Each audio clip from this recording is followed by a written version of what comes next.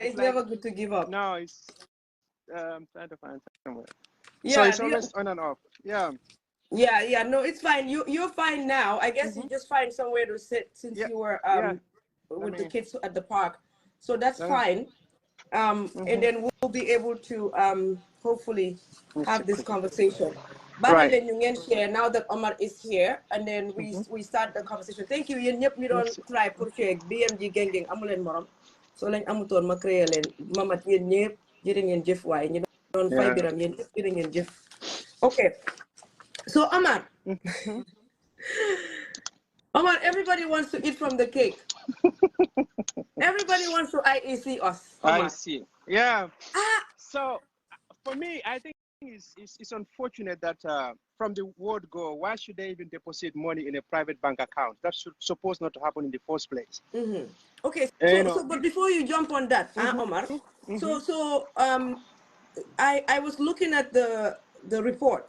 It's over 170 pages. Yeah. Like nobody in their right mind can have the time to sit there to really go through, because it's crazy, it's insane. Yeah, no. Right? You need a whole week to go through it. Yeah. Right? But before you come on the transfer of the money, some of the things that I saw, because I had to go to What's on Gambia, and I went to Kirfato, I went on different platforms to see like what they wrote to make sure it's accurate before I brought it up, right? Yeah. Obviously, all of these things are on the report. Now, that being said, Omar, as we were discussing, all of the monies that had irregularities, right? When I calculated all of them, not saying that this is what's missing, but all of the money that had irregularities where they couldn't figure out, okay, where did this go? They couldn't account for it necessarily, right? It was the total amount of $544 million, which at the time, if you do the math, let's say in dollars, almost, I would say it's going to be around $9 million. I mean, that's a lot of money. Because the last one I saw, they're talking about almost roughly $8 million, okay? That is the unretired one. Okay. That is, they're talking about from the 2021 to 2023 election cycle, okay? Okay. So that is it. So, you know, like I said, no amount of money is small. Right. So long it belongs to the government, so long it belongs to the people, nobody should mismanage that amount of money. That's true. So I think for me, the problem started from where they were, from the inception. You're supposed not to put such an amount of money, no matter, even if it is $100,000, into private accounts. Because this is an established institution. This is an institution that is responsible for tasked with conducting elections in the country. And they have laws and rules. Exactly. So those people should not, you know, such amount of money, or that money shouldn't go to those people's private account. We all know, no matter how little it is, we all work in a civil service in one way or the other. Certain institutions, Harris will surpass 10,000, so they will tell you need a second person to sign. So if you breach that law, or you violated that law, number one, you put it in your private account. The best thing you could have done immediately after the election, you could have returned that money and said, this is it. We did not exhaust it. This is what we gave it, but here is the balance of the money. And with that amount that you're saying, you're referring to the ones that were deposited to Joseph, Suleiman. To the private, Suleiman and the Pamakans and others account. Okay. I think the smallest portion of it was like 20,800 in one of these guys' account. The last person, something Jada. So Lola, but for me, but Omar, let's go back. It says here that allegedly $301 million meant for election expense were transferred to the private bank accounts of returning officers, which is a violation of national financial regulations. Of course. So $301 million, that is a lot of money to have been transferred to private bank accounts when IEC itself has its own bank account, like they have their bank account. So the information we gathered was they have three different bank accounts with three different banks. Okay. So the question is, what happened to those ones? Why not you just tell those, whoever is funding or doing the transfer, the funding for the election, tell them to put it there. That's why we have a whole set of institutions. You have the accountants, you have the whoever is responsible could have gone there with the approval of those responsible signatories. For example, we need $1 million today for vehicles to transport ballot boxes. For example, you go, they sign and approve, and they go and get it, and the next minute you said we need another 2 million for police officers who will be at the polling stations. You approve and put those things aside, and they withdraw the money. The next minute is polling agents and polling staff, whatever it is. You need 3 million for it. I'm just giving you an example. You go and withdraw that money and put it there, and you know. So you follow due process. But the problem is, I'm yet to read the whole report. But from the word go, that's where the problem started. And after the election, they did not also retire the money. That's another problem.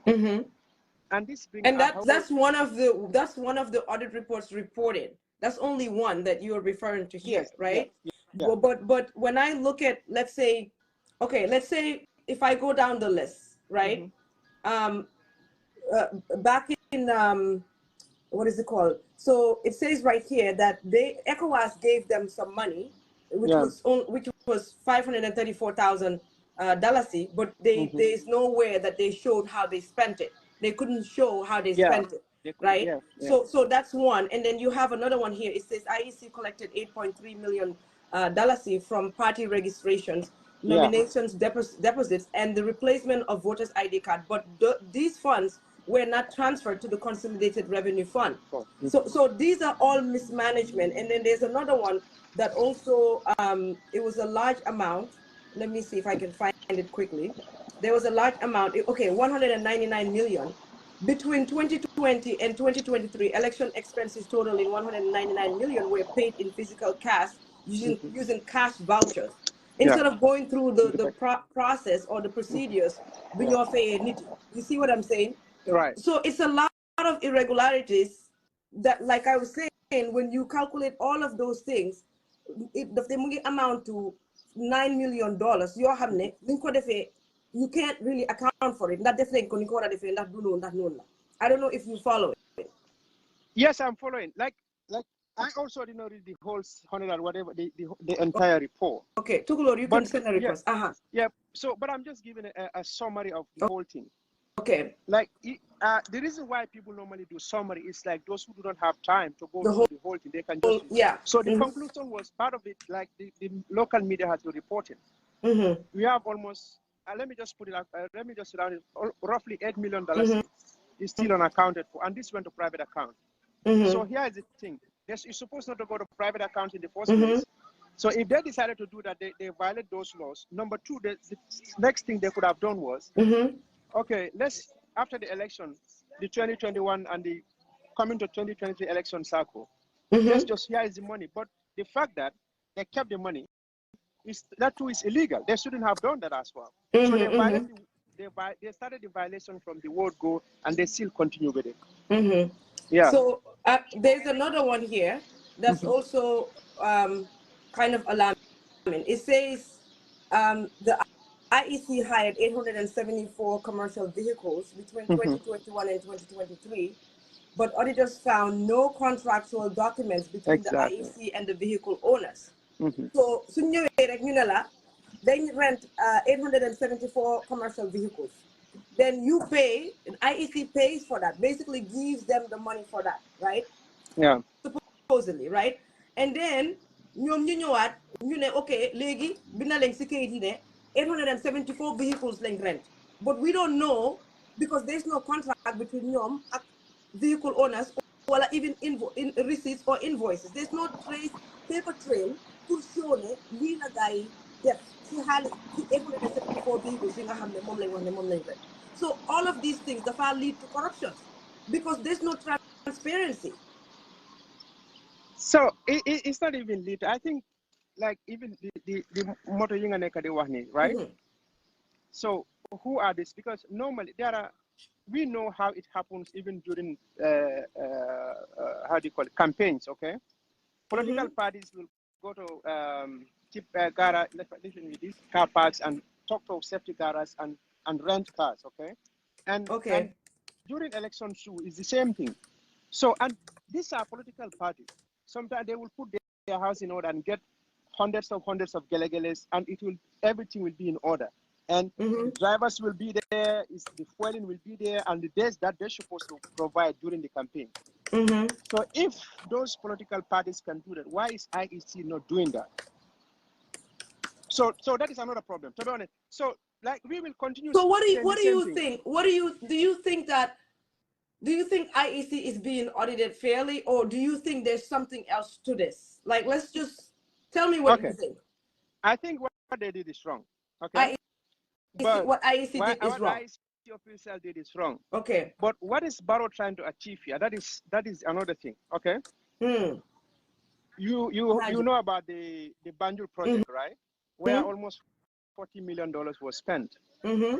People, you know, that press conference, Sankare, you know, they call us that they could not even justify. Barrow did not call for a proper investigation into that, or audit report, or police investigation, okay?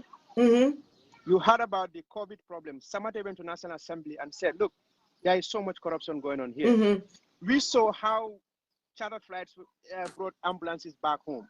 And there was so much complaint, there was no audit report on that.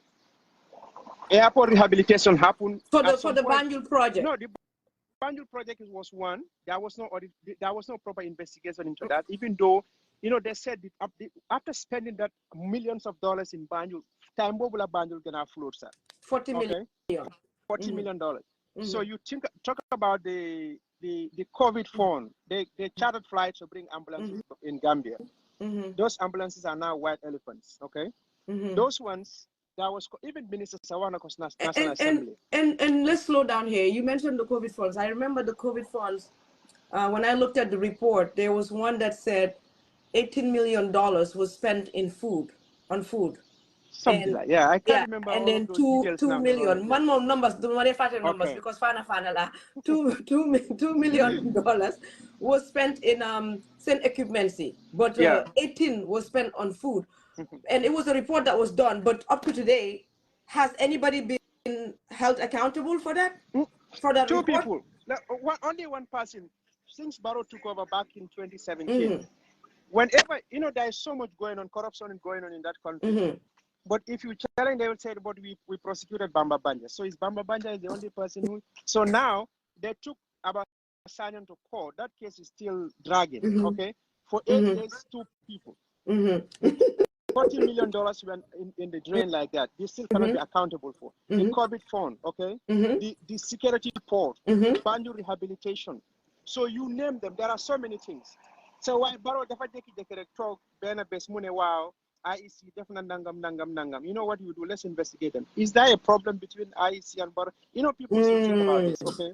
Okay. People should think about this. So if Barrow is serious about corruption, okay?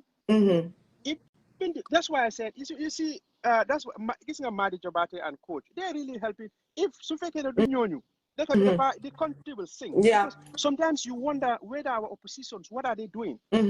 Barrow Trophy, ignore all those Banjul security port COVID fund. Let's go and investigate IEC. All these people fall for it. Wow, IEC. Because, for example, UDP, they are not happy with IEC because they felt the election was stolen. It was rigged. They also falling for it. They should not do that. Let them tell Barrow, you know what? Let's go start back from Banjul project. Let's investigate that. We will come to IEC. But you know what Barrow is trying to achieve here, especially with this opposition, because UDP and few other parties are not happy with IEC. So he's making them more angry towards IEC. So do you think he wants to, there's a plan, do you think, it's a thought, right, that he is trying to possibly dismantle the IEC because he's not happy with them? And he wants anything is possible. I right. will rule that one out, okay? Okay. So, but if he wants to do that now, so for example, they claim election was stolen, okay? IEC stole the election on behalf of, so who connived with IEC if the election was stolen? Who connived with IEC to stole election for them? Is it not for, they claim is Barrow stole the election? Who did the job for them? Is it not IEC? Yeah. So if that is the case, so you know, he can just try to play around people's mind. Okay, IEC is corrupt because you think you lost election 2021. you are not happy. Barrow is saying IEC is corrupt. Let's investigate. You also said, okay, let's also investigate. You focus your but there are other issues that should be investigated. Exactly. When we understand that Sirifo is still refusing to cooperate to come and testify before the commission, they're gonna then move from Turkey to Guinea-Bissau, but he is not cooperating. He refused to come and testify, gave evidence at the commission. So you will talk about, wow, IEC is not is corrupt, is blah blah blah. Now Barrow will see, okay, now even the opposition are saying IEC is this. He will kick them out. So do you know who he is going to pick and bring and preside over that institution? No. So that's what they should think. Why is Barrow interested in IEC now? Why not 2021? Now 2020. Yeah. But IEC and the local councils. Local council. Yeah. So even this local government, well, fine. Let them investigate everybody. But there are people we think they have been protected. Who is what? Look, TRRC. They went after Edward Singade in Nigeria, and they told him come and testify. They went after Sana Sabal in Senegal. Germany was in Senegal, but he came and he testified. People live in other parts of the world. They came and testified. So who is Sirifo? You text. I don't think he's where Guinea-Bissau. If it is a car, barely 10 hours, you will be in Gambia. If Barrow is serious about fighting corruption, why not he just there's superior the guy and say, come, we give you ultimatum to come. You know, Yankuba today, it was difficult for TRRC to give him the letter to someone to come and testify. But they persisted and they gave him, he came and testified. So, but this guy, I'm not Kubina. Okay. Investigation should begin from the sales of Jammeh's assets. Exactly. So Jammeh's assets sale should also be investigated. That's what Hassan said. Okay, so and the Minister of Justice said, no, they will not disclose in it. We know Denko, I don't know how to say this in Wolof. Yeah, Denko wanted among people they know. Okay, Denko wanted, yeah. Yeah, from the cattle to the other properties and so on.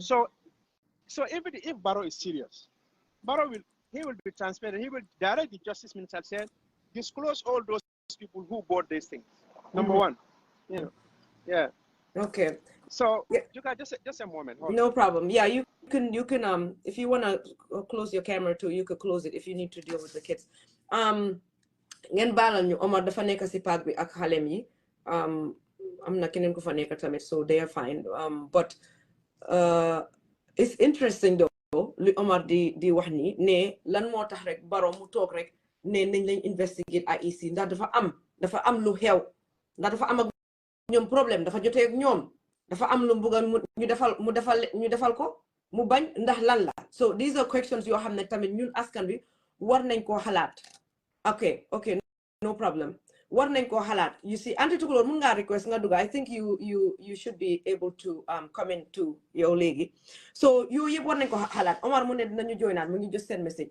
Yooyu yëpp war nañ koo xalaat waaye still li xew IEC raise na eyebrows amounts of money. So pour ma jox leen list bi rek because Omar benn la noonu wax. Why when you look at the irregularities yoo xam ne it has something to do with money, it is a lot of them. Mooy comme li ma wax rek bi ma calculé yëpp the irregularities yoo xam ne waxuma ne xaalis bi la gaay tapale but fii nii yëpp dañ fa gisoon ay holes yooyu yëpp boo ko compté suñ gis ay holes ne lii tey na xel lii la na fa xew mënuñoo am answer bi audit report bi yëpp boo ko calculé soo ko addee it's about $544 million te dinaa leen jox list bi. So let's say benn bi ñu commencé ko si kaw. Okay, foog naa bi wax naa ko before waaye dinaa ko just bring up moo nekk ID card yi 8.3 million from party registration, nomination deposits and the replacement of voters ID card, but these funds were not transferred to the consolidated revenue fund.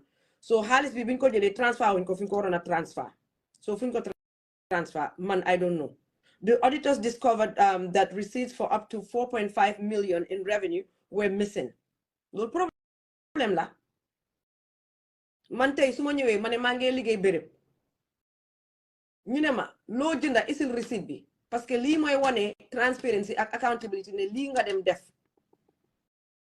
waaye IEC suñ demee ñu ne ñoom jënd nañ benn kayit kii ñëw mu ne jënd na benn naka lañ ko dee waxee calculator kii ñëw ne jënd na benn pen waaye ñoom ñu ngi am all these times pour bring all these receipts waaye mënuñoo isil receipts yi 4.5 million dalasi were missing. So more money, so calculate me like thank you guys so much. More money, so calculate yep, because yep I irregularities.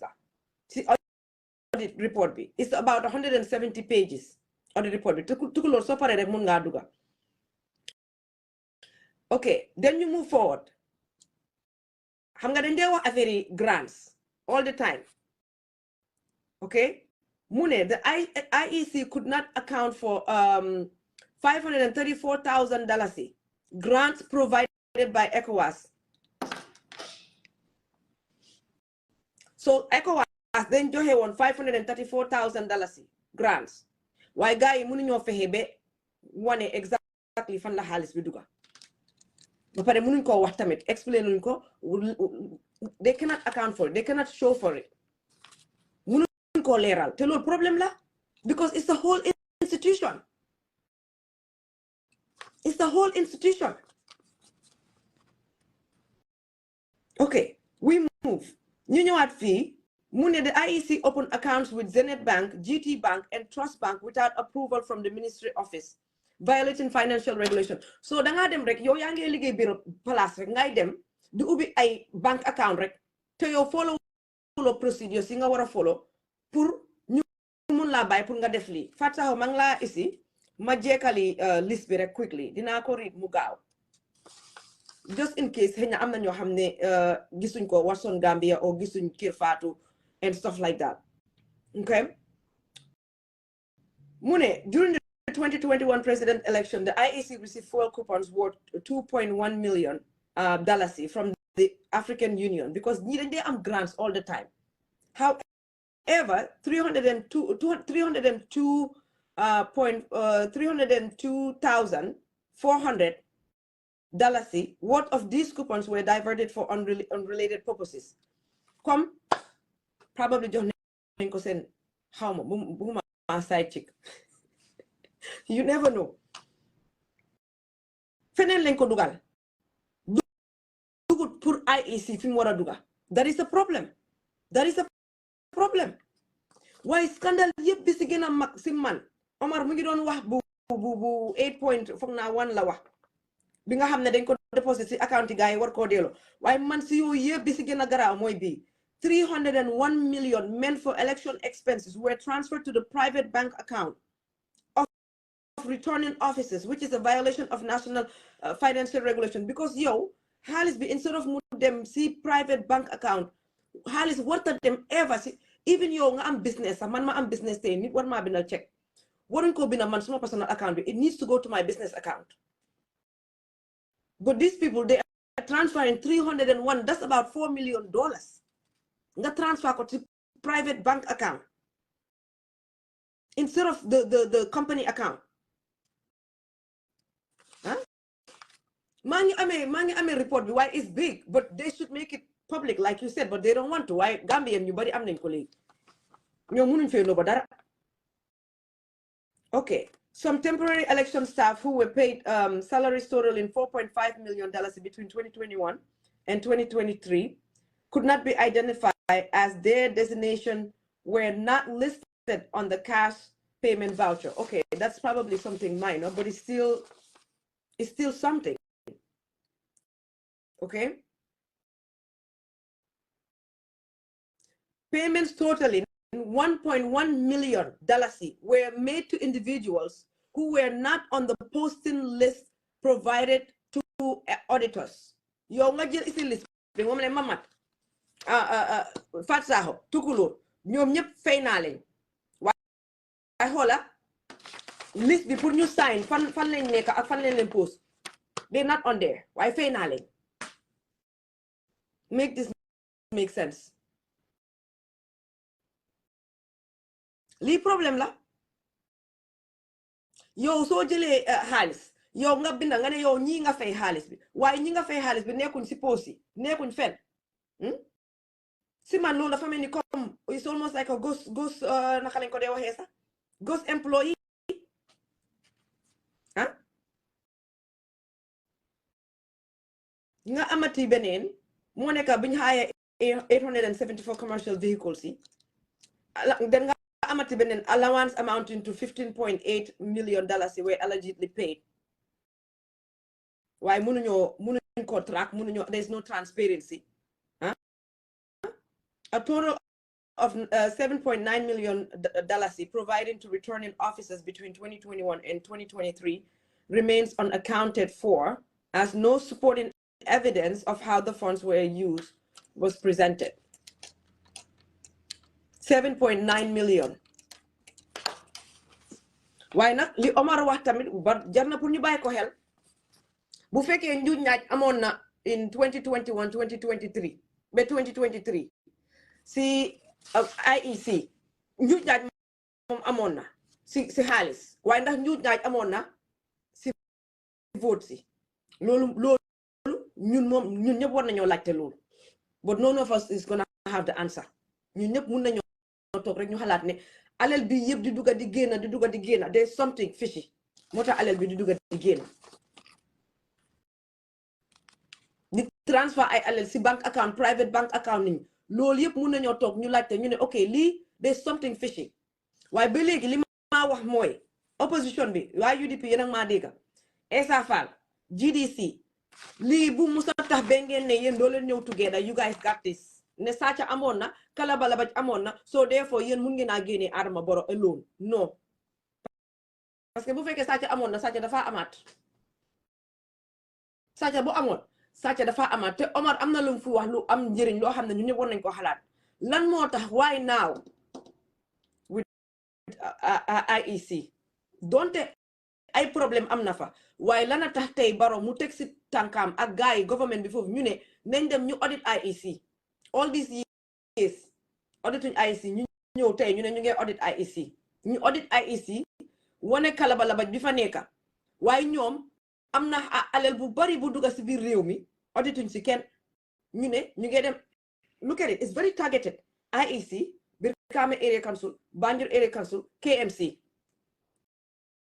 because xam nañ ne duñ mun a def Brikama Area Council duñ mun a def Kanifing Area Council ak KMC ak Banjul te ñu bàyyi Brikama ñoom xam nañ loolu waaye Brikama every single time bu gaa yi toogee seen commission boobu yéen a ñu ngi dégg ay revelations yoo xam ne yow sa boppa dangaa ne lii nekkul dëgg lii is not a country kii wax na ko fi Omar wax na ko fi Sirifo Sonko lu tax ba léegi nangu tañu lu tax gaa yi government bi lu tax gaa yi suppi nawuñ ko ñu ne ko nga ñëw nga report si commission bi nga wax li nga xam ne moo fa am Yankuba Dabo waxoon na ko fi before moom ñëw toog almost $500,000 la gaa yi transfer from the bank account Brikama Area Council ñu transfer ko out before moom mu ñëw toog 45 days before moom mu ñëw toog la gaa yi génnee almost $500,000 biñ ko calculé loolu la woon gaa yi ñu transfer xaalis bi ku seetaan seen commission boobu yow sa boppa bi mooy twist waaye duñ wax boobu de ba léegi ñu maa isil ay waxi ñu naan ma ay KMC bu maa wax ak kii wax na ko fi mu ne ma if anything they will find on KMC potentially could be nepotism waaye gëmut ne dina nekk corruption loolu la ma Omar wax I wish he came back okay which is still wrong and we will talk about it waaye nit ki doo toog yow nga gis lu ne gàññaaral si ëtt bi waxuloo ko réglé wuloo ko nga daw nga ne yaa ngee dugga si cabinet bi di run si ron lal bi ndax am na lu fa nekka ndax am na mbuur bu fa nekka ndax amul mbuur te yow yaa ngi am layoon bu tegee du mu ne moom mooy layoon kila bi layoon kila yow sa yaram bi sax mun loo koo muuf stretch regular stretch sax bi foog nga wookaa mun loo koo def te nga ne yow yaay layoon kila bi nga am layoon bu toog sa diggi ëtt bi nga ne yow doo ko wax soo leen jógee ngeen bindal ñu benn 2 paragraph yéen da ngeen foog ne fii nit yi dañ stupid we are too smart fii kenn stupidu fi liir yi juddu ees sax boo leen wanee nu ñu riidee 2 3 times 4 times nga ñëwaat wan leen dara dinañ xàmmee ne fii lii am na lu fi réglé wut ak lu fi réglé astuma la ay magum jëm ñoo xam ne ba ñuy sorogul yéen ñu bare ngi tëdd seen lal yi di nelaw Gambia mais leen ñu jàmma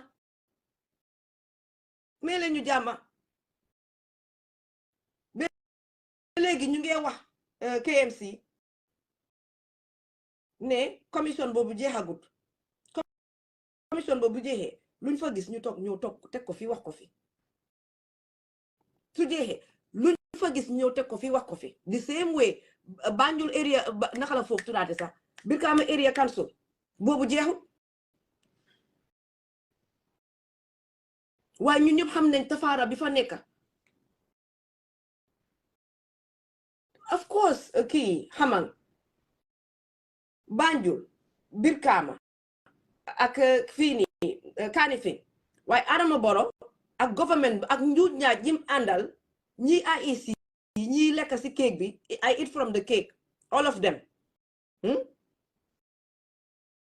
liñ bugg a def mooy pour mbaamal askan bi ne fi mu nekk nii dinañ ñëw ñu audit local government yi waaye yéen local government bi nga xam ne lim fi def kenn defagu ko fi si benn local government muy Brikama area council bi ñi fa nekkoon muy NPP seen nit ñi sax nangu ñëw toog ñu ne seen nit ñaa ngee ñëw toog di wax waaye yéen seen nit ñi ñëwuñ toog di wax su ñëwee di wax naan I gave it to my cousin I take the nga dem ubbi nga jël withdraw ay 20 million ay thousands di ko withdraw nii without any other person mu koy sign waaye kenn du ko wax kenn du ko wax waaye mbaamal askan bi loolu time jàmme la because nit ñi amuñu woon the free will dañ daan téye fatal wala ñu exile leen wala ñu tëj leen par force fi mu nekk ni ñëpp dañ free soo suñ xel yi ñun dañ ko use bu taalib bi soo dee gestoo nga ne ok ñu ngi wax about ba léegi lan nga ma nekk di ma wax nii de ba léegi you telling me about $600 yes it needs to be investigated it needs to be checked but it's $600 for per day okay but yet ay billions of dollars is missing in that country Adama Barrow mu ngi ni barki de moo njaay seen bridge bi ñu ne jox na leen deposit where is the money going to bridge bu ñoo contract noonu yéen a ngi xam bridge bi maa wax teddu jox na leen deposit maa ngi read on article bi I forgot the exact amount fan la xaalis bi duga fu muy duga where are they going to put the deposit and we're going to go back to the leader we will hold and there's no way ñu allow Adama Barrow to escape from all of these shenanigans no because he's the leader we will hold him accountable for lépp loo xam ne mu ngi dem wrong foofu si government boobu we will hold him accountable Senegambia bridge exactly thank you guys guys jox na leen deposit fan la xaalis bi di duga duñu ko musa wax we will never know suñ alal dëkk bi yëpp dinañ ko jël ñu auction ko ñu jaay ko orimaam li to the lowest bidder suñ ko jëlee ñu jox ko ba pare alal biñ sooy jëlee ñu jël ko dugal ko seen poos yi kenn du ko gis 3% suñ ñu ko joxee ñun Gambien ñu sant yàlla 3% alal boobu bu duggee si ñun ñu sant yàlla moo tax man dama ne bu gaa yi jaay dara nañ ñu bàyyi suñ bagage yi na gaa yi dem bu jaay dara parce que luñ jaay we will not see the money yéen xaalis bu ñuy jox for free lañ munta gis astomalaak yéen ngeen a jël suñ bagage yi di ko jaay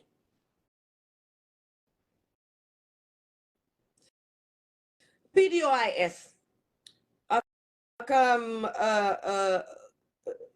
doy GDC SAFAL yéen dama foog ne not all of you guys waaye dama foog ne there are a lot of you guys ñoo xam ne dëgga am na ñoo xam ne sax bokkuñ si political party yi they're not really part of these political parties man dama foog ne ay undercover leen ñu jëndal leen dugal leen si biir nit ñi pretend man loolu laa foog because make good sense man tey duma ànda anti Mariama ma ne ñu ngee dem gàddaay xeexi pour génnee dara ma kon every corner buñ toon ma turn around di xeex ak anti Mariama kañ la ñuy egga fi ñuy dem lii lañ fi nekkee woon time jaame di reyante di tojante ay boppa fekk yaay jame moom tam mu ngi toj suñu boppa yi mu ngi ñoo jeexal ñun Gambia ñun kañ la ñoo muus but the thing is am na ñoo xam ne they are not genuine am na ñoo xam ne alal leen jiital nekkuñ di si duga nekkuñ di duga si wax ji wala di duga si xeex bi because of they are really genuine ne dañ definitely bugg a Gambia pour change bi mu am ak problème bi mu jeex non am na ñoo xam ne ñu si biir waaye dañ leen jënda waaye dina leeri ñun nag duñ tuumal kenn waaye insha allah rabbi everything lu nekk in the dark must come to the light dafa yàgga rek dem leen ngeen laaj ñu fi jiitu woon di doon mbuboo loolu ñoom ñëpp mujjee nañoo feeñ dëgg rek mooy mujjee moo tax gis nga ñi nga xam ne ñu ngi si biir struggle bi ñi nga xam ne dañ bugg a jàmm pour Gambia ngay UDP ngay doy ngay Essa Faal ngay GDC let us I hope ne suma life bi dogut Fatsaho bul call dina fa dog life bi xaaral ma dugal la fii shit I hope life bi dogut yéen a ngi maa déggal I hope life bi dogut xaaral ma call ko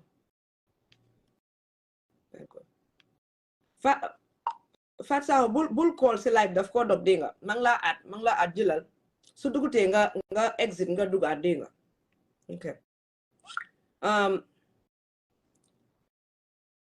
loolu la so ñun askan bi ñoo war a muus te dama foog ne askan bi ñu bari muus nañ askan bi ñu bari eewu nañ si lii dañ doon wax rek wala dañ amul plateforme buñ toogee wax ko rek waaye li ma xalaat ñu bari ñu ko xalaat aha ok very good dina send request sendalaat request Fatsaho ok yaa ngi ni xaaral ma seet mu ne unable génnal completely nga try at Fatsaho thank you El te génnal suma nuyu naa la bu baax a baax suñu sista bu baax bi amuloo morom génnal completely nga try at seet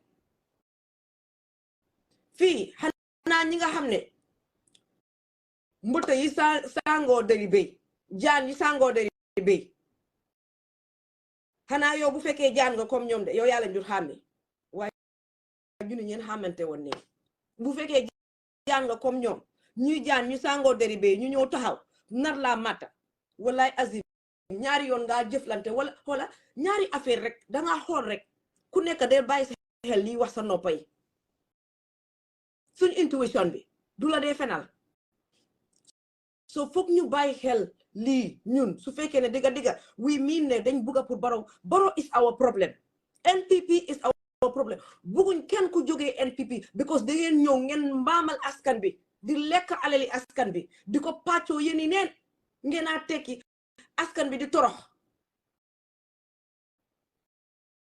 ngeen a tekki askan bi di torox jësit yeeg xar yeeg béy yëpp ñëw seen boor nag ne leen dañoo IEC Gambian si I eat from the cake parce que buñ ko defutee si cake boobu amuñ feneen fuñ ko kéegee jege wuñ ko sax ana Hadi Kinte ñoom ñëpp ñu bugg a IEC Gambian si I eat from the cake rek da ngeen foog ne nit ñi dañ dof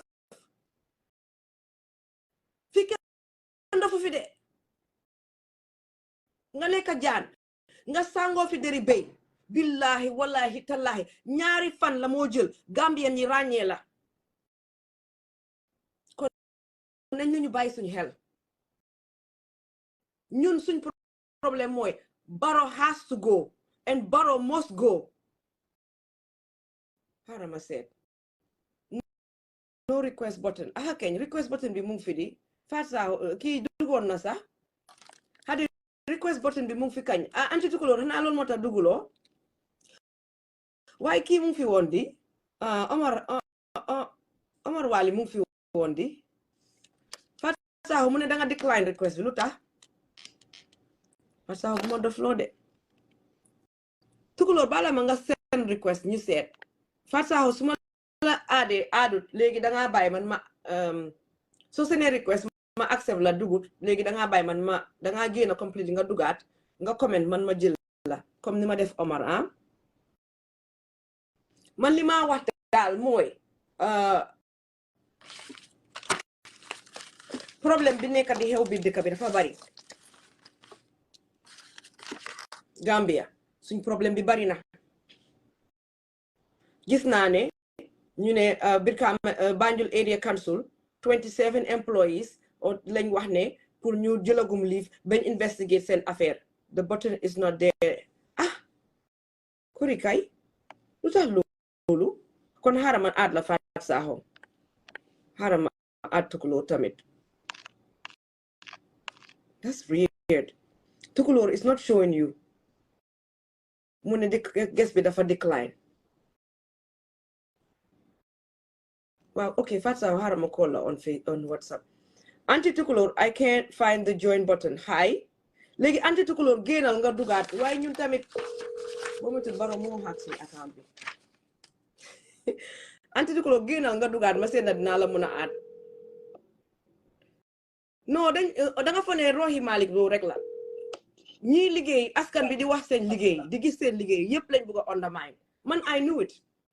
Ok Fatou Sakho xaaral déedéet foog naa soo duggee es gis nga mamat dafa jos duga du dee joxe accept button daf la dee decline rek yow soo àndee ne daf la dee decline option bi rek la dee jox waa Facebook la yow nga war naa jox accept ak decline léegi xaaral ma explainal Anti Tukulóor ni moo def Anti Tukulóor gis nga mamat ba sam mu ngi ne bring them on video te noonu laa aadee kii tamit soo léegi Anti Tukulóor dangaa génna nga dugaat léegi nii ma seet na dinaa la gis let me join through the BMG page waaw defal loolu nga seet ma seet na dinaa la gis ma ne ñii mënoon lu ñu dara leena daf dee try rek waaye mënoon xaaral ma seet na dinaa gis Xadi Fatou Sakho bul dem xaaral ma try Xadi moom bu ko fi si ñaan naa la moom dafa tàng gir moom dafa feebar ndeysaan temps yi dafa feebar naa ko seet ko yeah let me see dafa soona bàyyi ko mu gël break wax naa ko de waaye mu ngi nii duga na break bi la yeah xaaral ma ok Anti Tukulóor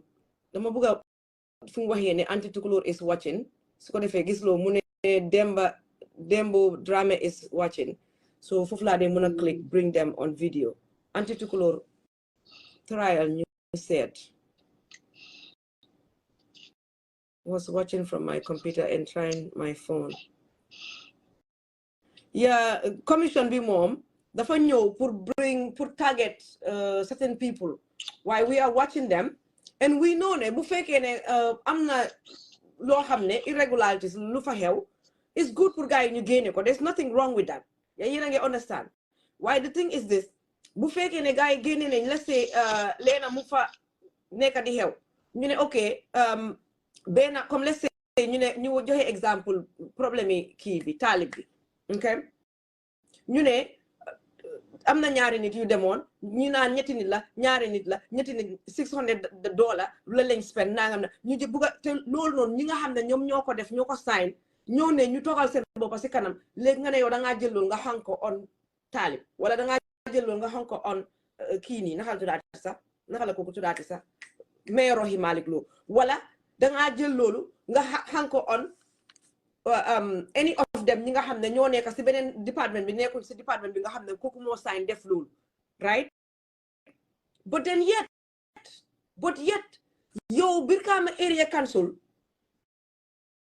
ki nga xam ne moo nekk the councillor it himself xam nga tey Rohey Malick Lowe bu ñëwoon ñu teg ko si council bi ñu ne ko lii ak lii nga def mu ne nangam ñu visit ñu seet affaire bi gis ne moom dafa jël alal mu sign ko mu génnee alal bu bari then there is a problem with Rohey Malick Lowe taalib tam the same thing tey buñ fi isee taalib ñu teg ko si diggi table bi ne ko ok taalib nangam ñu gestu nekkul ay may allégation de gars yi ñëw xool ko bu baax a baax gis ne am na benn 5 million wala benn 1 million wala benn 100,000 boo xam ne jël nañ ko ñu transfer ko then we are talking then we can ñun ñëpp mun nañoo criticize taalib wala mun nañoo xoolaat taalib affaire am but yow Sirifo Sonko si boppam nga am jonga moom nga xam ne Sirifo Sonko moom ñoom ñaar ñoo ne raptat nii ay alal muy du génn foofu noonu moom ba léegi nanguta ñëw mu face commission bi mu wax moom lan la joxe ak lan la ban ndigal la joxe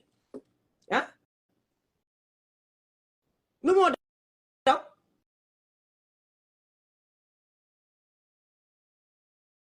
bu leen call dafa dog live bi man dinaa leen call ku bugg a contribute rek balal ma nga binda fii ne da nga bugg a contribute wala nga text ma si suma WhatsApp bi dinaa la call soo leen call rek live bi dafa dog ngir yàlla am bu leen call live léegi ma may fat saxo mu duga then dinaa call leena maa ngi gis moom tam ngi doon lii then after ku bugga call rek ku bugga contribute rek ñu defee ko noonu waaye tamit ku bugga contribute soo génnee nga dugaat foog naa dinaa la mën a aat si live bi comme ni ma aadee woon kii nii comme ni ma aadee woon Omar Wally tukulóor laa bugga aat nii xaaral ma seet Fasaho ñëwal Fasaho ñëwal waxal waaw dinaa ko call dafa feebar man Hadi Kinte sax warta duga léegi yow contributal kii Fasaho juka li ma doon wax rek anti tukulóor trialat génnal nga dugaat ñu seet this is crazy waaw sorry man dama dee confuse su li amee su nit ñi mënta duga ok bismillah xam nga juka man laa nuyu ngo duba asalaamaaleykum fay naa la sis yow ak nga yëpp xam nga juka lii mooy lack of seriousness bi nga wax si Gambia xam nga taaliboon na leen ak KMC ñi nga xam ne njëgi gerte saaf comme for example nga joon dëkk nga yónnee nit mu dem jëndi dara 200 def boromam jël 200 xëy na mu jël ko paasam bi te mu yif denda ko doonoot si yoon bi doy nga dégale ko ba xëy na like 3,000 bi te 10,000 yow nga ne ñooñu nga riite yow ñu ngeew yow juka ba nga dooree lii ba tey wa nga million ba nga xam ne man pour suma own health xaaral ma te away from juka tuuti ba ci mu man suma wane ku ko toppa dëgg am problème yow sa boppa li fa nekk ba sin fo Sonko vaye si ne ko yow am na ñu promote yóbbu ko feneen you are talking about millions. léegi xaaral am na lu ma xalaat léegi sorry bala leen ma ngeen taag anti tukulóor taag leen Leena Njaay su ko defee moom su génnee mu ñoom ñu dugaat foog naa dina leen jox this thing lu wax ne bring them on video because foog naa noonu la Omar Wally duggee bala leen ma ngeen taag waaw Hadi yow bala ma nga taag Leena Njaay ba pare nga taag anti tukulóor gars yi ñu génna ñu dugaat xëy na dinaa lañ mun a dugal that way because I really need to get them on waaye I don't know it's not letting me. Okay, yeah. So continue. Bala ma de sorry, mang la dog rek. No, that's fine. So you can leave him. I don't want to leave my lack of you're serious. But you know what you have millions. Like you let. No, I mean your gifts are there again for now.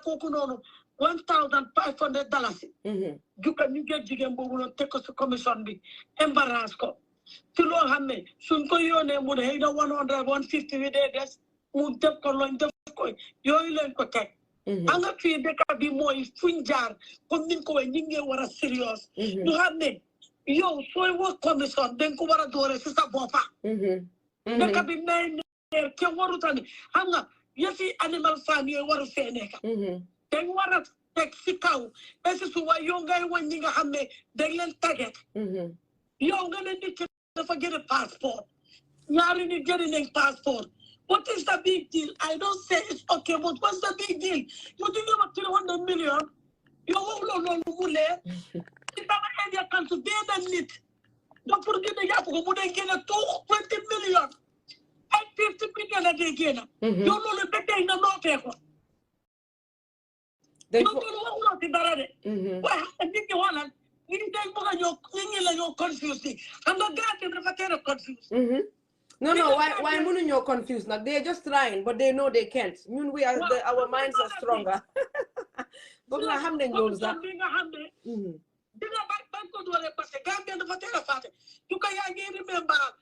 You remember why Adam Porobina Kabori Basse? Koku don't know the Banjo Commission. Koku Yapla Embassy. Koku Basani Fatan and Kabako Gambia Kibom.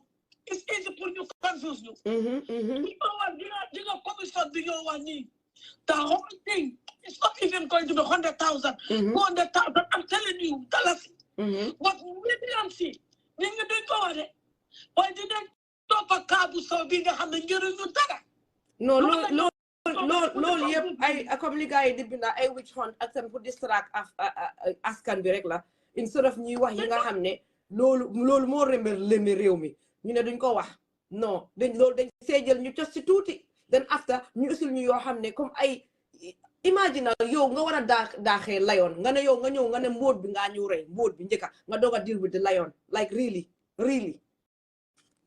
continue ma set ma ngi jema set anti tukulor mo ko dugale tiga gantal bu ñoo wala bu ma setuga tiga gantal bu ñoo wani ñom ñu nekk head of gantal ñoo xam nañ ba baro ñëwé ba tay xaalis bi ñu ko dé jox ci support baro yi ñu leen na do ay millions dina nit ko xam ne yo take out a big millions to kassise yo di ne wa ci di nga ñoo ñu noonu li taxul ñu lekk xaalis bi de waaye ñi nga xam ne ay 100,000 la ñoo wande 100,000 ñu ngi ke ñi nga xam ne soona nañ si dëkk bi ñoo doomi Adama Barrow am li moo am tey mu bugg a confuse Gambien si pour ñu ni neen suñ boppa bi ñu crasante nekk di xëccoo di wuloo distract ñu loolu la bugg a def nii de te que saaj sa baa ngeen ne jaan bi même loolu day doon watat dina di ko dóor loolu lay bugg a def nii waaye foog naa Gambien si right now war nañoo xam lan lay suñ priority ak li nga xam ne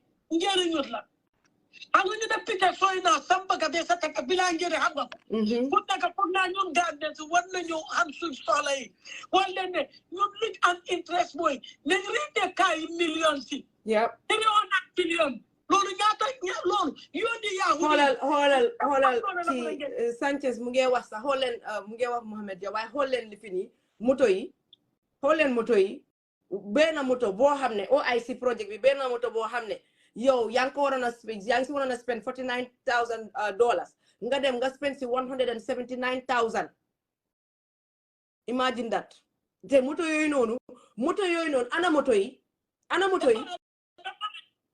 waaye bul dem foofu bul sori foofu Fatou Sakho ana moto yooyu dafa bari ana moto yi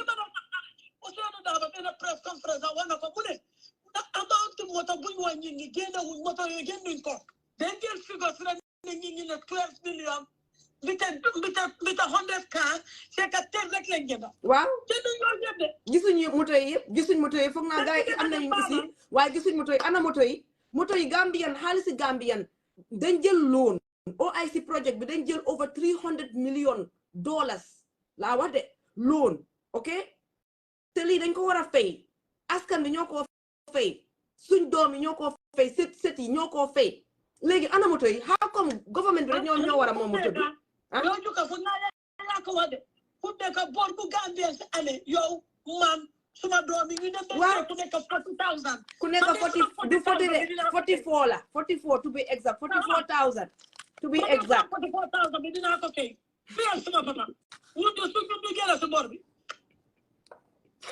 indil ma ko rek ma dajale ko man fay ma dara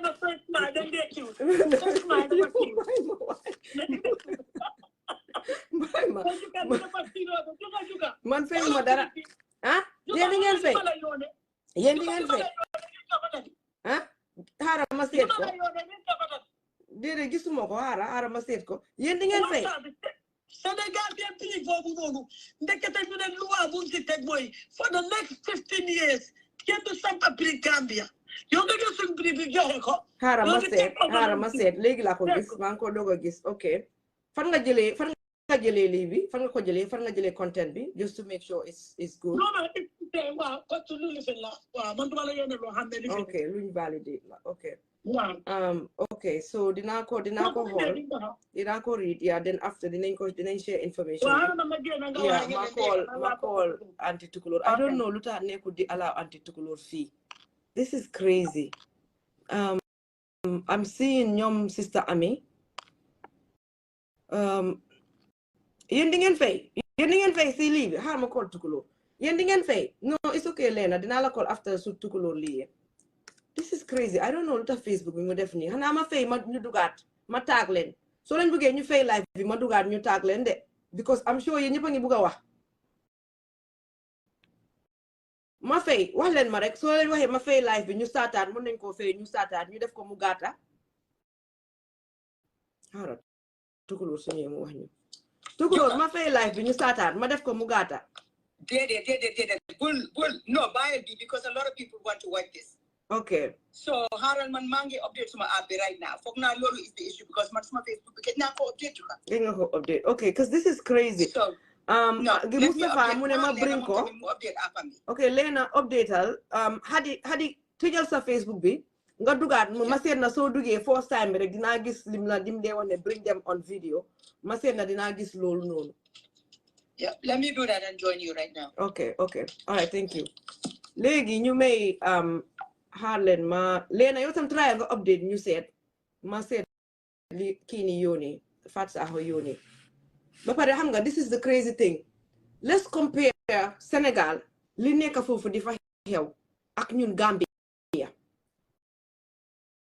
even political maturity biñ am sax Sénégal xool leen gars yi fi nekk nii naka la ñëpp jógee together gars yi Sonko yi Pastef ñi nga xam ne sa nekkuñ Pastef waaye Sénégal leen gis how they are all together right now they are all together right now ñun ne système bi lañ faa génnee waaye ñun Gambia ñun amuñ boppa ñun dañoo nekk di tojante boppa di tojante boppa di tojante boppa ba pare nag dañ dee allow ñun dañ dee allow ñi nga xam ne ñu ngi si baro de waaye they pretend to be part of us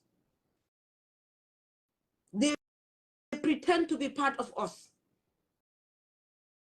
xam nga gars yi Sonko yi ak gars yi Sénégal yi foofu la ñu gën a ëppee xel suñ xàmmee nit ne kii dafa pretend ne moom Sonko la waaye du Sonko si saa si dañ koo coppati génne ko fa waaye yéen tam kenn mënut a wër seen gàmm bintu bu ne ñu dem TikTok suñ demee TikTok gars yi Facebook yi ñu ñoo taag every day when are you coming when are you coming léegi ba bintu baal nañ baalal gars yi ñu may leen tuuti rek den ñu tëj ñu dem TikTok xaar leen su tukuloo duggee ak leena den ñu may den ñu tëj ñu dem TikTok so we have to foog ñu bàyyi suñ xel xadi mu ne bring me gis nga Yaasin moom mun naa ko isi xaw ma lu Yaasin def ak yéen loo leen deful asalaamaaleykum aleykum salaam leena gis nga Yaasin dafa dugga rek mu ne bring them on waaye yow ak tukulóor nekkuma di gis loolu si yéen lu xew déedéet boro mënalu ma dara boro maa ko ëppa boppa boro dofu sa pour mu try ma aha léegi tukulóor mu ngi seen invitation xaar leen ma seet what I wanted to say mooy Gambians you need to be serious because man mënuma understand for the longest time with all the amount of money BMG has brought forth telling people and there's no explanation. What some Gambia went after these people for 2 years for corruption on GPA. Wow. Gambia Post Authority. Now, all of a sudden, they're just now coming with all of this information. So, I have a lot to say, but I am so mad at how petty we are. We are going after people in your hand. Look, every company, they have their hiring process, right? You get them after all of these people. Hara Lena, bala marek ma sort this out. Look, my dumala dega sa dububa benda. Yange wa mangla buga deglu. Why the mobuga said na dina muna dugal tukulur quickly. Hara ma said bala marek quickly ma said fok na dina ko muna dugal ligi. Gis na sa request tukulur approve na la why daf don wax ne roaming. So may mama add tukulur quickly Lena then you continue hara ma said mu ngi roam tukulur. Bul lal dara de xaaral rek ñu seet tukulóor léegi su li demut tukulóor den nga xaar man ma aat la ñu seet mu ngi room ba léegi ñu ne aadin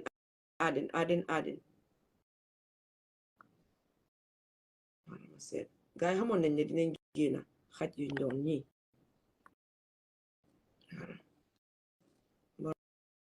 moo leen saani sarax yéen seen boppay dafa ndaw yéen dinaa leen jox suma ñaani xaar leen ba ma pare tukulóor léegi aat naa la léegi lu mu wax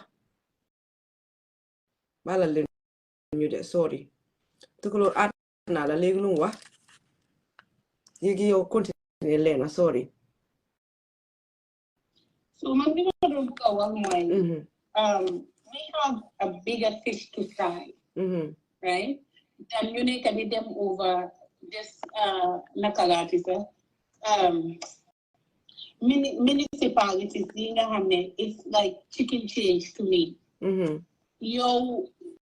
Well, Burkama area council do chicken change. Body more for length for Calabala. No, I know. But you know going after people for $600, Chuka? Yeah. Okay, yeah. That's not a lot. Going after people for Nakalenyan higher, you can't be who you know more so when you get in, the other thing and how you see what happened to the contract of the port being a moment signed? Where is that? If you're being holding people accountable, you need to start with yourself. With yourself, and that is Barrow. You know, me buying the heart be make a feeling because when you get a hammy, your hammy they know more than we make them on them no like. But going after people for because of personal issues, that is wrong. That is petty. Yeah. We need to be above it. Let's ask Barrow from the contract, being a hammy, Munga guy signed with the Turkish government. So you say all of a sudden you gain with this, it's a distraction. It's a distraction. Being done as you want a report, all of a sudden the policy to make a new investigate IEC. We want all the details to come out. In 2019, 10 audit reports, where are they? So why isn't it all of a sudden they're now looking at 2019? What about 2018? Dubano Mofita Hawan audit report is just an opinion. Right. Why they 27 employees of Banjul City Banjul Area Council ñu ne leen dañ leen toogagum ñu investigate leen based on commission bi lan la wax foofu noonu, right? But yet you were saying it was a mere opinion. Why continue? Because I can see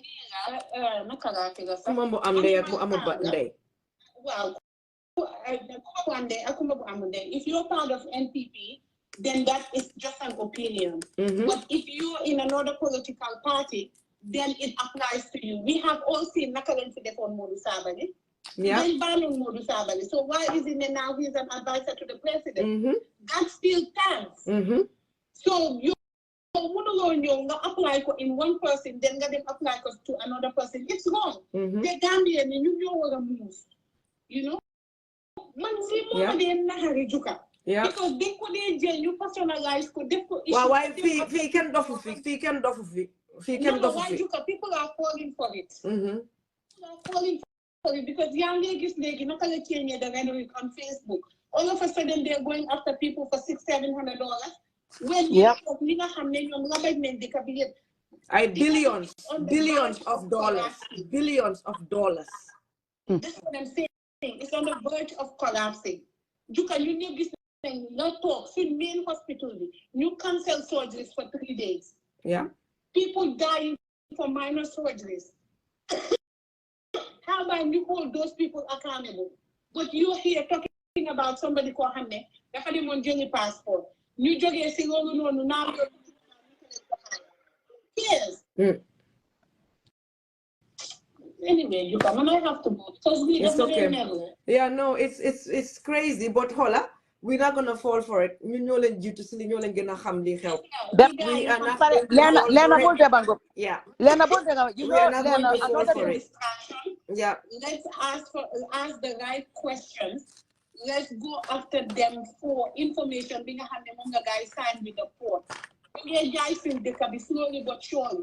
Yo bulwane guy PDO Bora bulwane guy PDO IS it's not PDO IS people because I'm not PDO IS yo hamne ken hamewul ci ñaka fayda ya ngi understand ñu tok jappa sen ngor jappa sen mema ki rek lay tontu rek pour ko lolu pour ñu make sure that you stay away from those kind of rhetorics or whatever, right?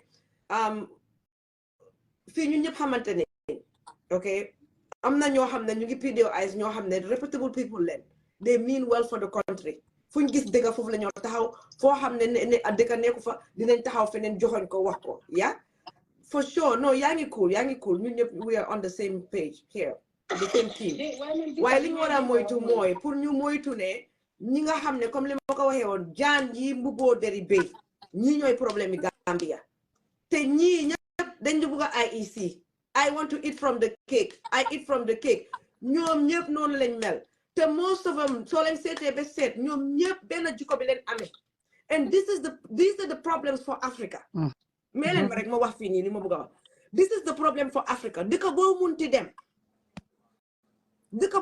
dem mooy ñi nga xam ne ñoom dañ bugg a tekki tedda si kaw nit ñi ñëpp tedda di torox ñoom ne ñëw ñu compal la tuuti sax ñu may la ko waaye ñoom nañ tekki tedda rek donte si yow lañ ko tekkee di ko tedda de yow ngay torox de bay dee sax si seen kanam it doesn't matter as long as ñoom mun nañoo dugal seen loxo seen poste rek tuuti rek ñu may la tuuti rek ne la am for them to feel like ne ñoom ñoo fi toj ñoom ñoo rey pol bi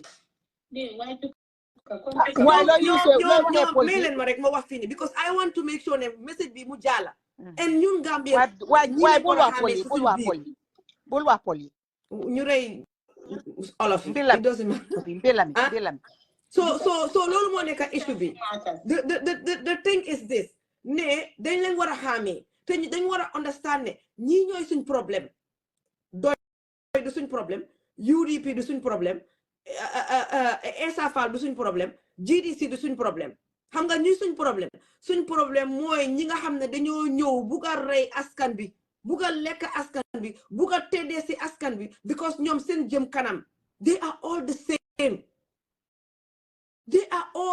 it doesn't matter whether doy lañ nekkoon or naka lañ ko doxee UDP lañ nekkoon or NPP lañ ñoom ñëpp benn caractère bi lañ amee they belong to the same tribe if you ask me ñun ñoo bokk tribe man olof pol bi soose bi ñun ñoo bokk tribe waaye ñi am jikko yu bon yi ñoom ñoo bokk tribe ñoom benn nit bi lañ dañ am seen jikko yi dafa bon dafa tilim dafa salte commencé ko si Sabally Ismaila Cissé all of them they are all the same Sidi Njie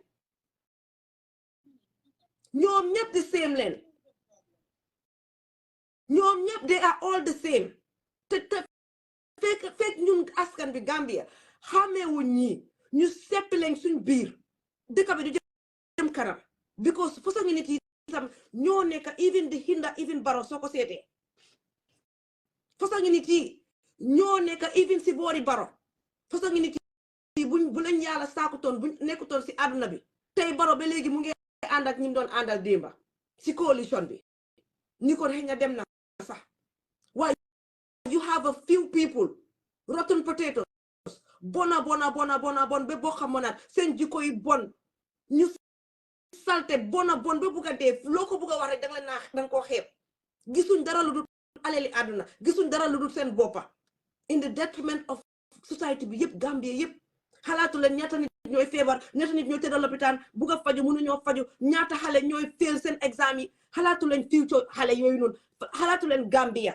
agriculture dara baaxul education dara baaxul trade dara baaxul Sénégal mi nga xam ne barki démba leen change xoolal liñ nekk di defal bi Sénégal président Diomaye Sonko ak Sonko xoolal liñ nekk defal Sénégal barki dé moo njaay maa ngi si daan benn vidéo on YouTube ñu wàccee foofu ay tracteur yu dul jee ñu ngi toog Adama Barrow mu ngi toog di xaar area city council yi pour ñu defal loolu seen askan bi soo gisee ndox bu taa ñu ne waaw taali waaw Rohi Malik waaw kii Yankuba waaye barki dé moo njaay la Sonko ak Diomaye ñu wàccee ay tracteur yu dul jee pour Sénégal toogu ñu xaar city council yi pour ñu def ko because they know it's a necessity te am nañ budget bi soo ñu defal ko gars yi yow council yi ñoom budget bi ñoo jël di si génnee xaalis di si defalaat dëkk bi loolu bariwut su ñemee ñu saratu ñu jox leen sin si grant ñu ñëw def ko si dëkk bi jël seen sin si xaalis yi ñoo fee ñu jël ko def ko si biir dëkk bi when government bi si boppam ñu ngi am millions and billions of dollars yu dëkk si biir dëkk bi duñ jàppale askan bi dinaa leen ko ma may tukulóor mu duga ma wan leen nataali ma wan leen toog si Jomaay wàccee so Lena yang fa bente Lena mu ngi nii so Lena yang fa Lena mu ngi si biir tukulóor rek di dog suma life can she hear me though Lena yang ma dégga I don't think Lena can hear me no Lena mu ngi laa dégga tukulóor. Okay. Yeah. So this IEC, let's get back to the IEC. Bulen call. Dafa dog live ngir yàlla. this IEC issue, Joka, people have been saying IEC dafa rig the elections. Even those people like me may be suspicious of that. I give him the benefit of the doubt. But anywhere you have IEC is such a sensitive institution. It needs to be an institution that is, because it changes the lives and livelihood of Gambians based on what they do. So IEC of corruption, then this will actually put more fire into the validity of the elections, or the 2021 elections. Yes, people are saying, how come we are not saying this about the local government elections? For some reason, they didn't seem to care about the local government elections like they care about the presidential elections. So, Money IECBK, it is an institution that should be free of corruption and malice. Yeah, true. Because the people that were saying back 2021, you wanted the elections, you know, they had concepts of how it was rigged.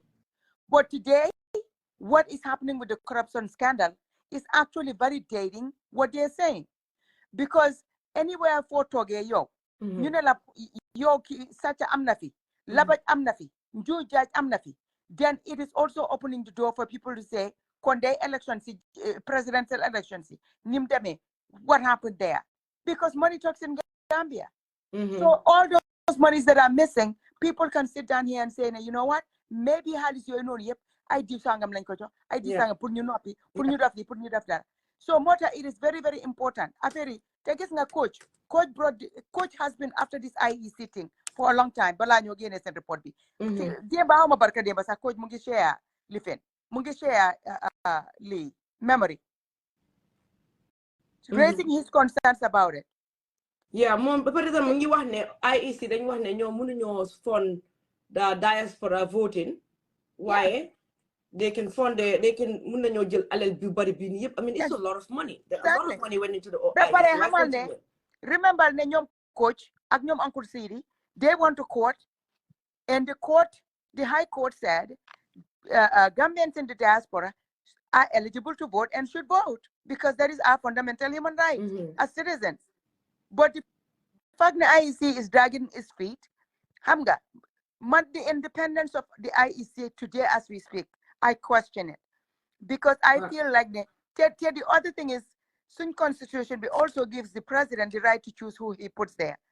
Lolutamit is another thing that we need to really revisit. Because they, IECB, so Momad Jai retire one, but I choose, I pick Kanafadem instead of the civil service vetting this person. And that needs to be changed, yeah. I believe, I agree with you. Today, the way they are going, Juka, they do not, based on what I saw, IEC does not appear to be independent, and that is a major, major cause for concern. Yeah. Tell because you're going to know all of. Ma summarize the nga okay. Yo, Juka si seka mi being a Lena harama call Hadi, mangi don't try pour dugal ko why for some reason mom tam basam neko di duga. Yeah, go ahead. Harama call Hadi Lena. Yeah. Okay, continue anti tukulor.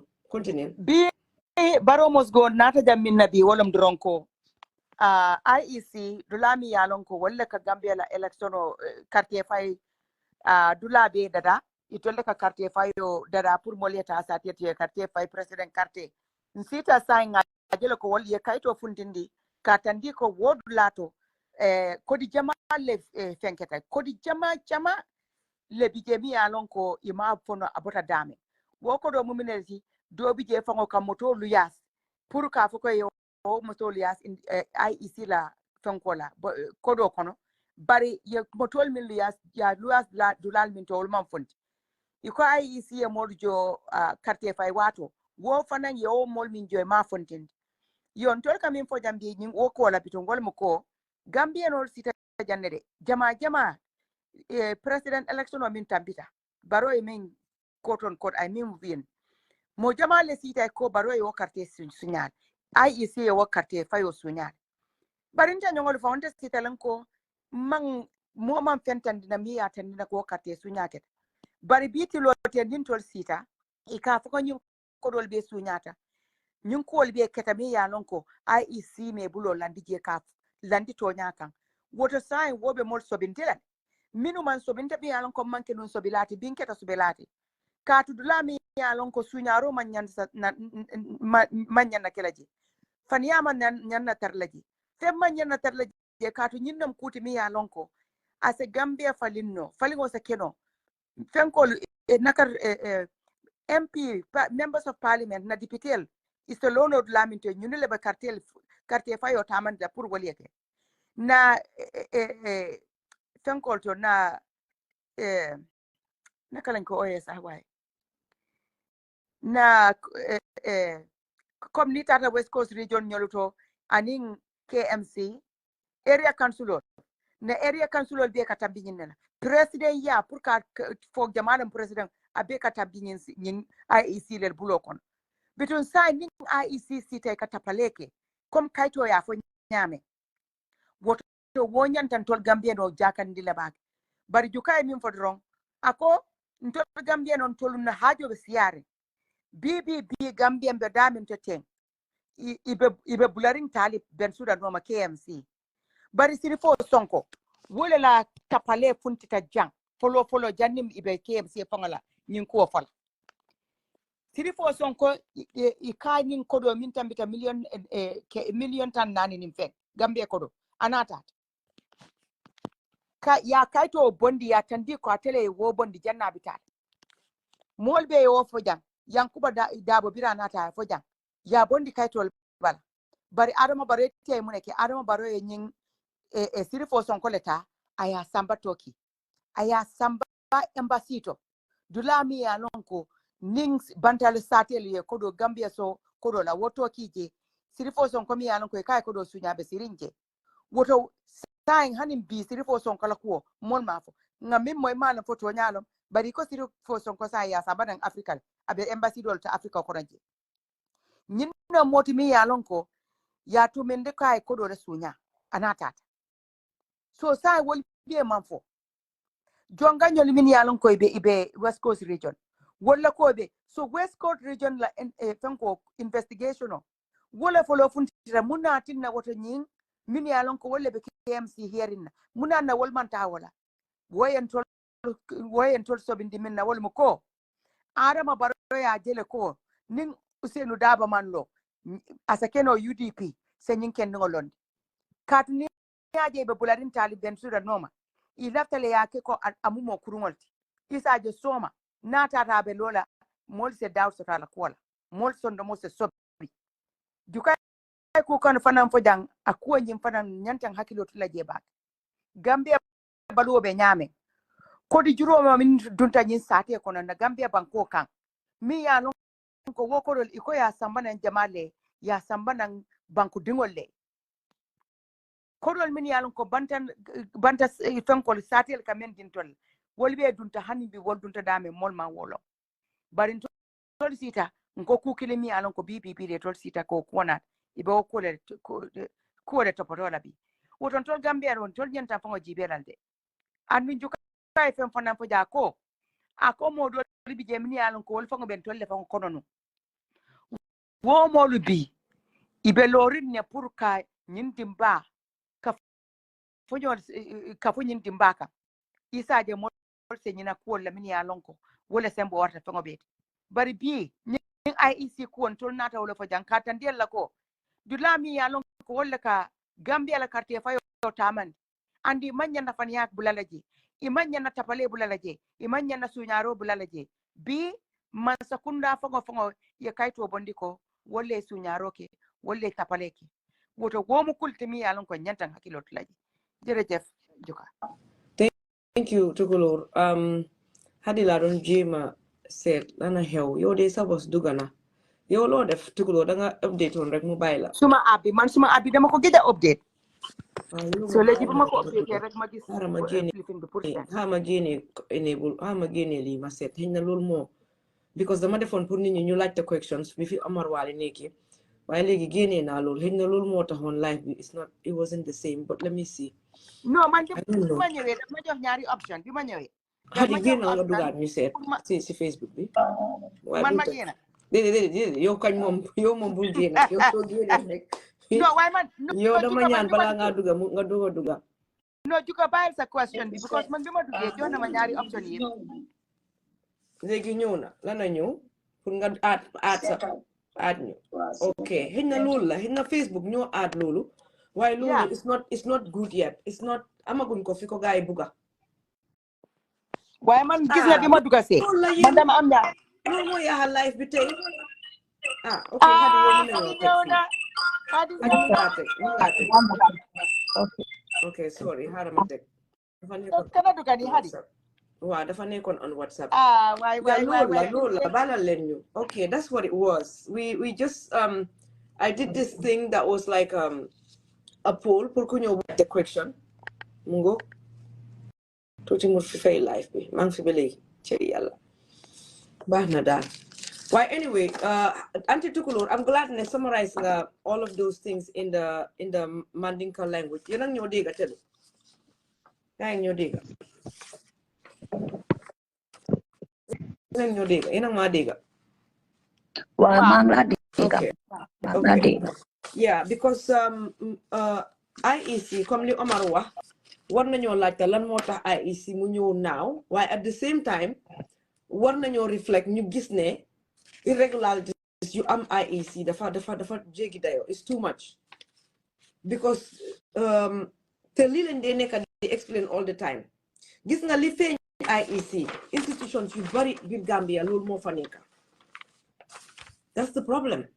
You are talking about the whole report at least man yi ma calculator gum yi nga xam ne is out there Watson Gambia kir faatu ak yooyu boo ko calculator it's about $544 million of not ne xaalis bi dañ ko toppale de o dañ ko sàcc de ñun mënuñoo wax loolu waaye xaalis bi gars yi mënuñoo wane jaxarang ne fii la dugga fele la dugga fele it is not transparent. It cannot be accounted for really based on evidence yi gars yi bring forward ñu ne lii lañ ko spene ni lañ ko spene leerut te loolu dafa bari si xaalis. We are talking about $9 million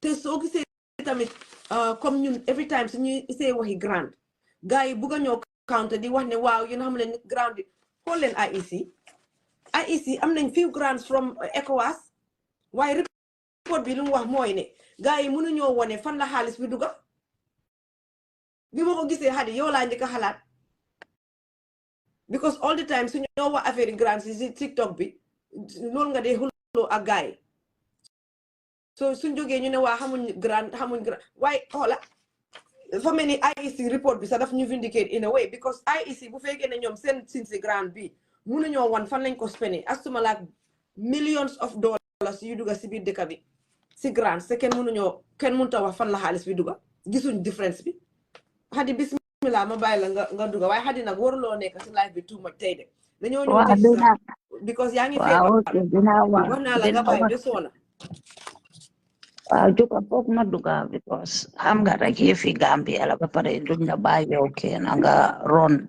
coow bi xaw ma ndax ñu ngi maa dégga ñu ngi laa déggal la te Hadi tey duma loo yoon di te Hadi na ma laa gis so tey duñ wala raw at Tukulur ba pare yéen tamit jërë leen jëf ñi ma call di ma yónnee message I'm feeling much better like santa yàlla ba mu bare anga man badi bunkala so dama demoon holiday dem lekka xam ngeen bu wax baro sa feebar bi de daf laa génne sarax boobu di la jot waaw ok boobu duma ko wax so bi ma ñëwee rek ma feebar waaye maa ngi sant yàlla anti Tukulur Juka maam Lisa yéen ñëpp ñi ma doon seet anti Mariama thank you so much ak ami jërë leen jëf di ma bugg a wax Juka ñun Gambian yëpp dañ war a bàyyi xel bu baax ba ban game la Barrow di play right now Barrow xam na ne su fa bàyyee suñ oncle bi ak suñ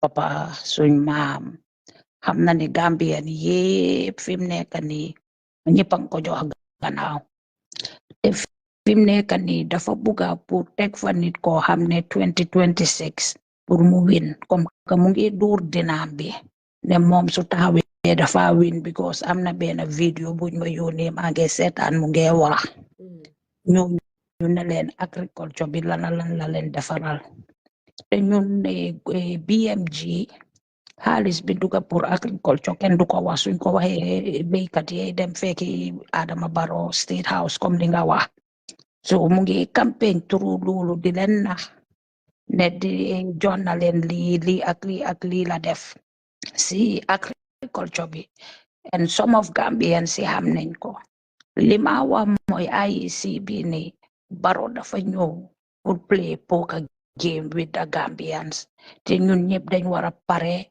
pour play the poker follow or fall la rek si institution bu mun a am Barrow dafa pare pour toog te ñaari nit kenn ki moom daf ko offer kooku bañ kooku xam naa ko yaa ngi understand kim ko offoon so kooku akula sax kooku jëlu ko waaye kooku si commission bi buguma aw turam suma broda la waaye suñu caaxaan Adama Barrow Sidi Njie laa jël teg ko fa board wala mu jël minister of information teg ko fa mark my words because ñooñu ñooy resource Adama Barrow su fa naree teg Sidi Njie kon ñun ñëpp dañoo dem Gambia ñu wàcc si airport bi xeexi Sidi Njie waaye Joka waaye continue Joka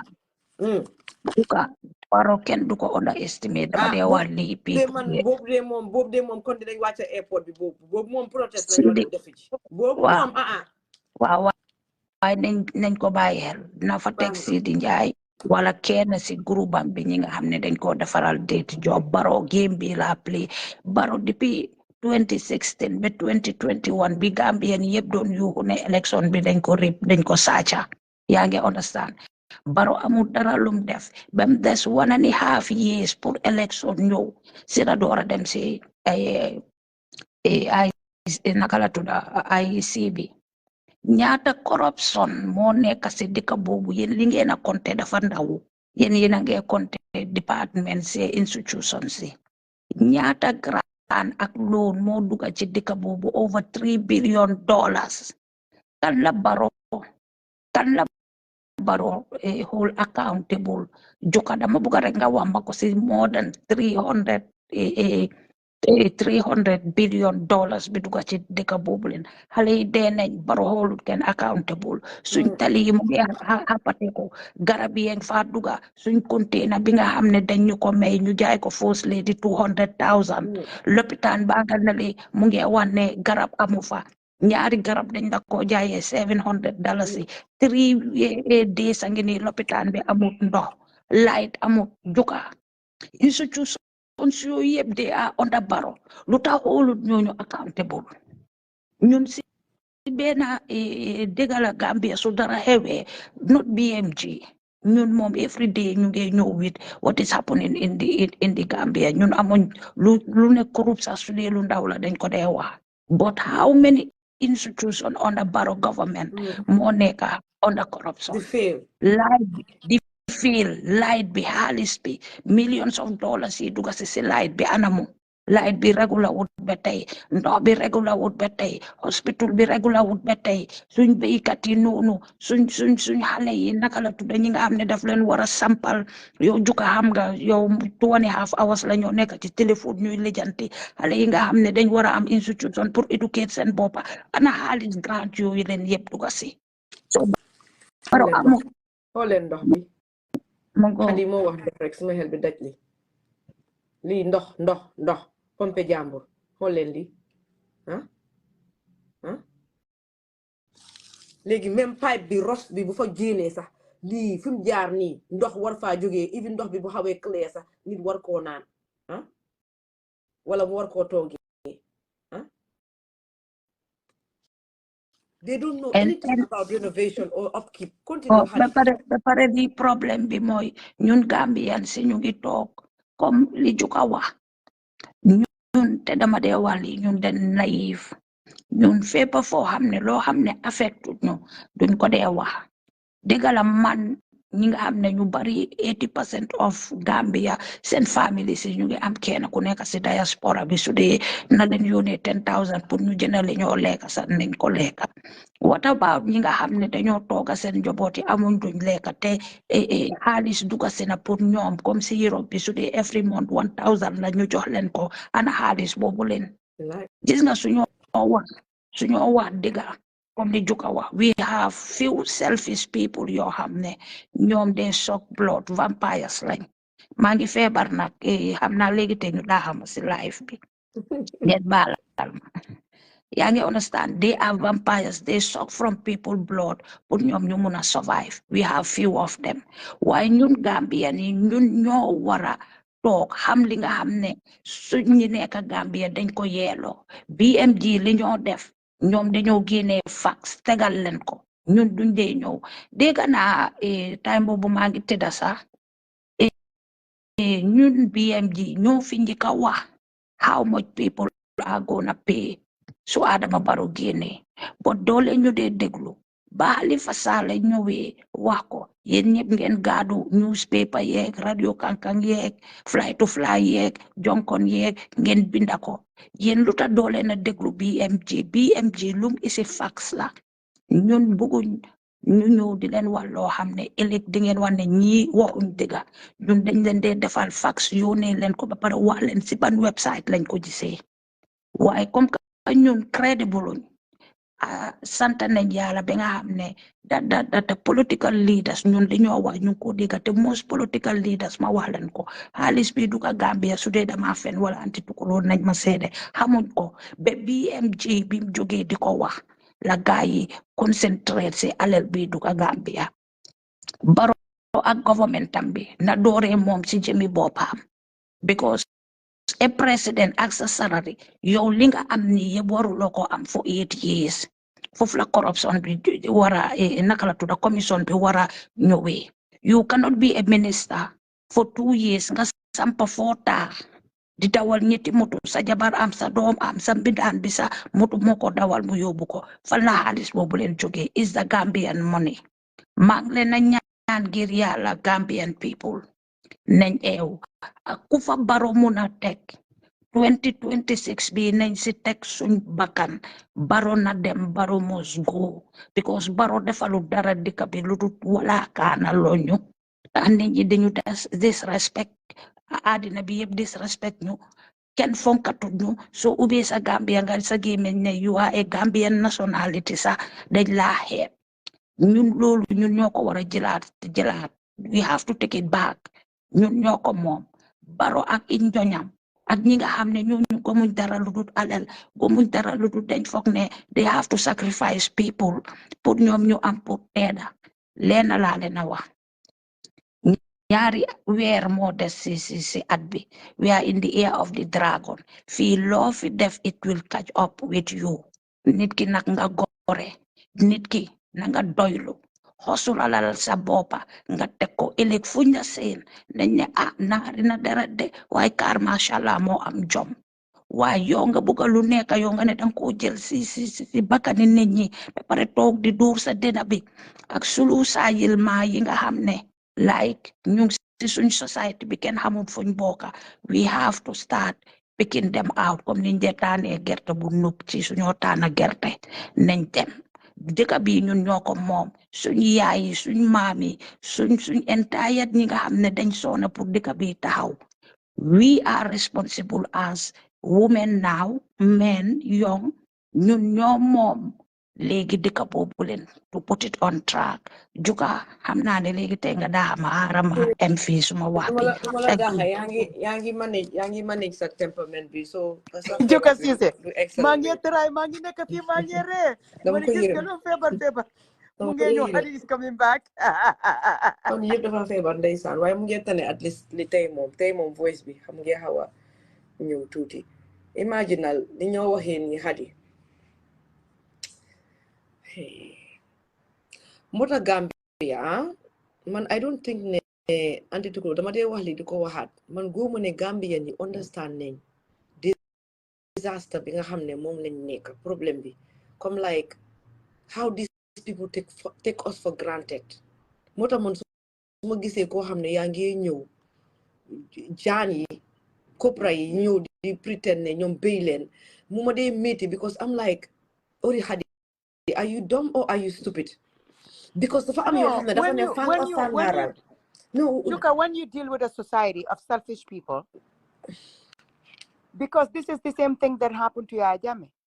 even though Yaya Jammeh mu ngi doon rey nit ñi, people people around him and they are surrogate green boys yi xam nga Yaya Jammeh man li ma neexoon tamit Yaya Jammeh te soo toogee sax nga naan Yaya Jammeh fii la tane Barrow nga xam ne kon lii du jaam because gis nga Juga Cissé green boys yi ak green girls yi you knew who they were nëbbu wuñ some of them but some of them yeah no a lot of them nëbbu wuñ a lot of them nëbbu wuñ waaw a lot of them the typical Yaya Jammeh supporter was not hiding themselves. Yeah. Why what is happening with the Barrow government is like there come the kilim ko Sulu Sajima. There are people ñoo xam ne they are within us foog naa loolu tax mu gën a metti right now. Yeah. Because people who should know better.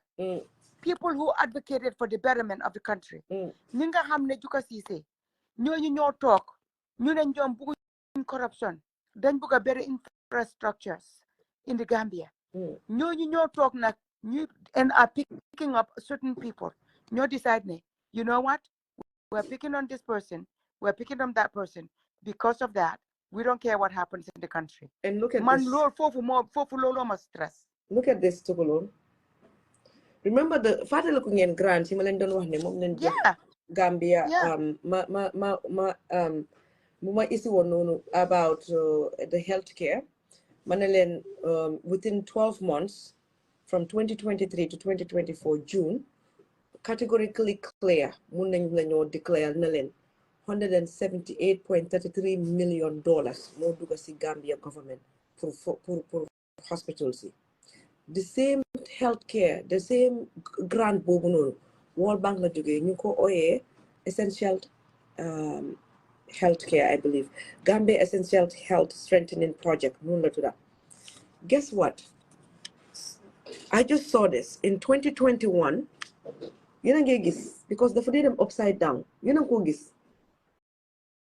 ñu ngi ko gis 2021 gars yi joxoon nañ Gambia government xool leen xam nga bi yàgg na léegi mënuñoo ñëw ñu ne jotuñ yëpp $50 million $50 million Washington November 19, 2021 today the World Bank board approved $50 million additional financing in the form of grants from the International Development Association IDA to improve the quality and utilization of essential health services in the Gambia. Okay. Since April 2020, the World Bank has provided almost $100 million in grants to support the government's long-term effort towards building a sustainable and comprehensive healthcare delivery system in the Gambia.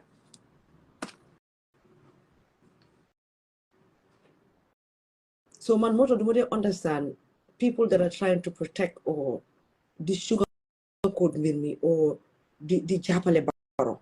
When you yourself, Bufeke Yangi Gambia, your parents, your kids, your husbands, your wife, your friends, yeah, your family get sick, you dem si lopitaan bi te docteur sama te ba léegi mu fa kenn daaxu ko ori Omar ñaari nit rek lañ hold accountable so far depuis 8 years ba léegi lañ wax ne ba bàyyi yóbbu leen through the courts or whatever but yow alal bi yëpp mu ngi dugg si biir dëkk bi Gambia and none of them are talking about it. We are talking about $600. We are talking about $500. We are talking about this. We are talking about 27 employees CB Banjul Area Council. But yet, Dr. Samate, mungi had healthcare system before you have over 100 million just within $100 million within 2020 by 2021. That's 2 years. Halis bituku yere. You don't see any audit commission you take Dr. Samate ne ko da nga war am pour dem where is alal bi yëpp fu mu duga te lopitaan Banjul lopitaan Gambia bi mu ngi xala ko bon ndox électricité dara amu fa ndox amu fa ñun we are in deep trouble that country. Because yengane fire service ñoo dem jox supply ndox fi mu nekk ñoo dem indi tank supply ndox ci Banjul RBTH. Anti-tukulor, ñu ngi xeeb pour Barrow génn fa de. Why I don't think the Gambian we understand na li nekk di xew de. Man, I don't think the Gambian we really process na the dollars that have got into that country. Bo xamne dafa wara dugg ci institution si. Ben dugg ci institution. Man, I'm not even talking about GPT, Gambia Ports Authority, because guess what? Those are money yoo xam ne dañ ko fay nit ñoo ko fay ñu mu dugg ci biir ñu kalabalabaj ko, ok? Askan bi ñoo ko liggéey Gambia waaye yii dañu ko may dañu ko sarax, but we don't see the difference. How can we protect Barrow? Well, can we defend Barrow? How do you explain this? Ne $100,000 joxe nañ ko from 2021 ba 2022. Loolu nekku sa 2 years. Loolu 1 year la di. 2021 ba 2022. Loolu 1 year la. 100 million. Déedéet waaye dafa ne April 2020. April 2020 ba 2021. Loolu 1 year la di. Man maa ngi bëgg a dof si sax di. Loolu 1 year la di. Since April 2020.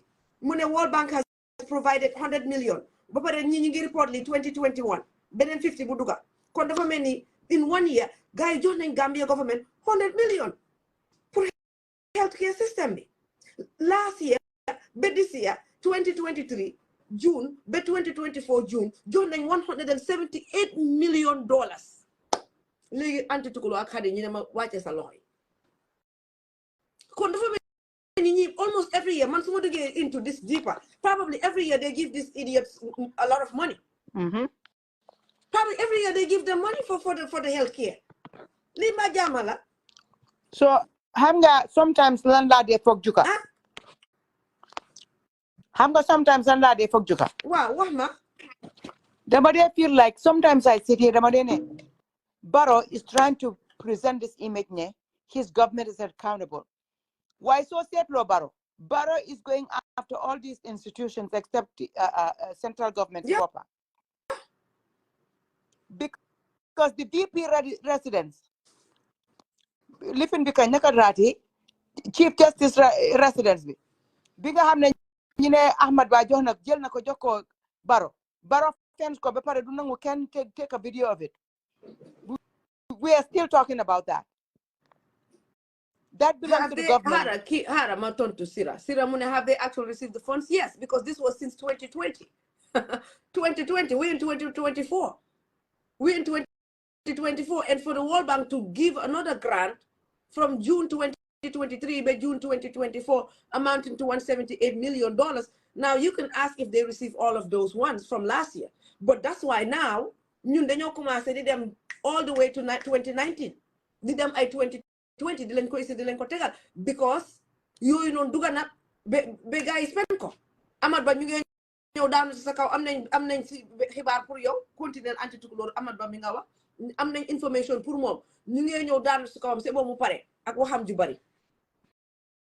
Very sad.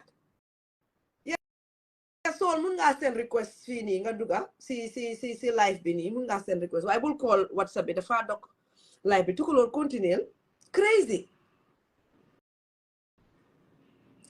This was back in 2021. No, li ma doon verify Sira mooy ne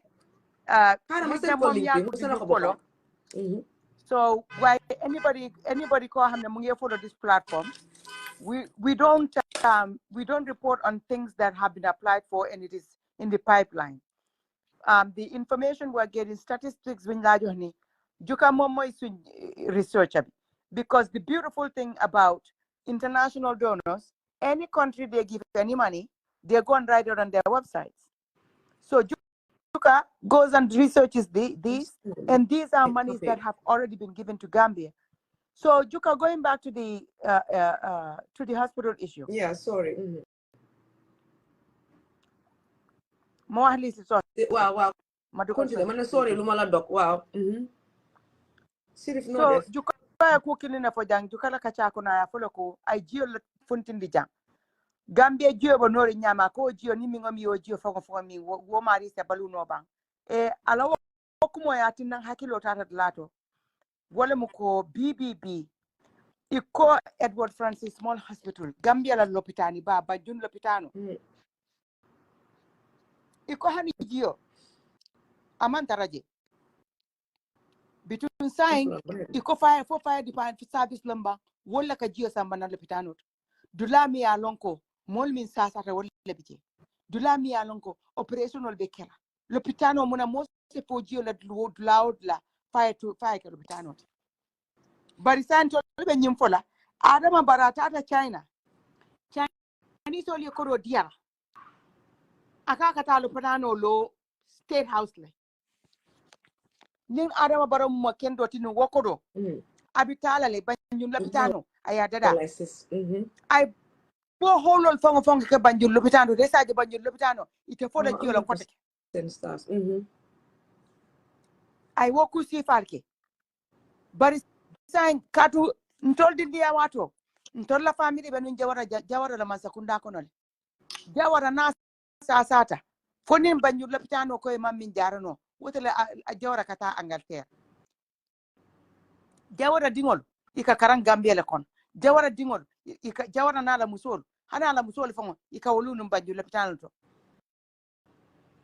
bari bi adama baro anana dimbaya mingo min sasata je isa funtieta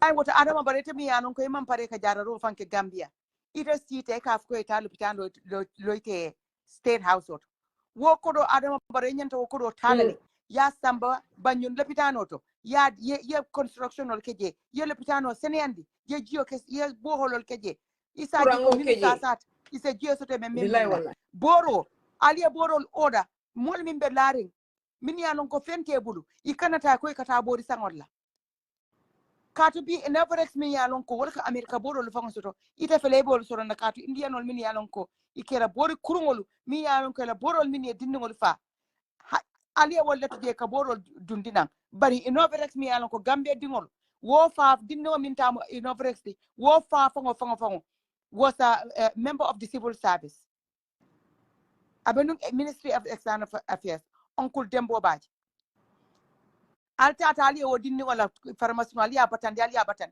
andu woka borol min sambanan Gambia America borol lo nte ka boro min nambun kon bi wole sambale na ali o soro ali wala dula ali abatan adama bare ke nyin ko do nyanta wala tala yeta innovrex ye bori jurumo yela boro bes ramas ya samba ya banjul lopitano barita sita ikoy bo ko do be hakimela ita damma andu ya nyunko do dila ni man hakilo ni moy hakilo fongo soto hani koy ko puriata purita la state house ita la fore ya nyanta tinna la fongo inyanta kerso soto la yafugo he hani ndelam president jara robert loud lan ta ko wala soto bar mini e carte fay nyebi ni wol sasata wol man de la soto ibe molbe fala dron molbe fala kati man bor ko do soto pour kata boro sa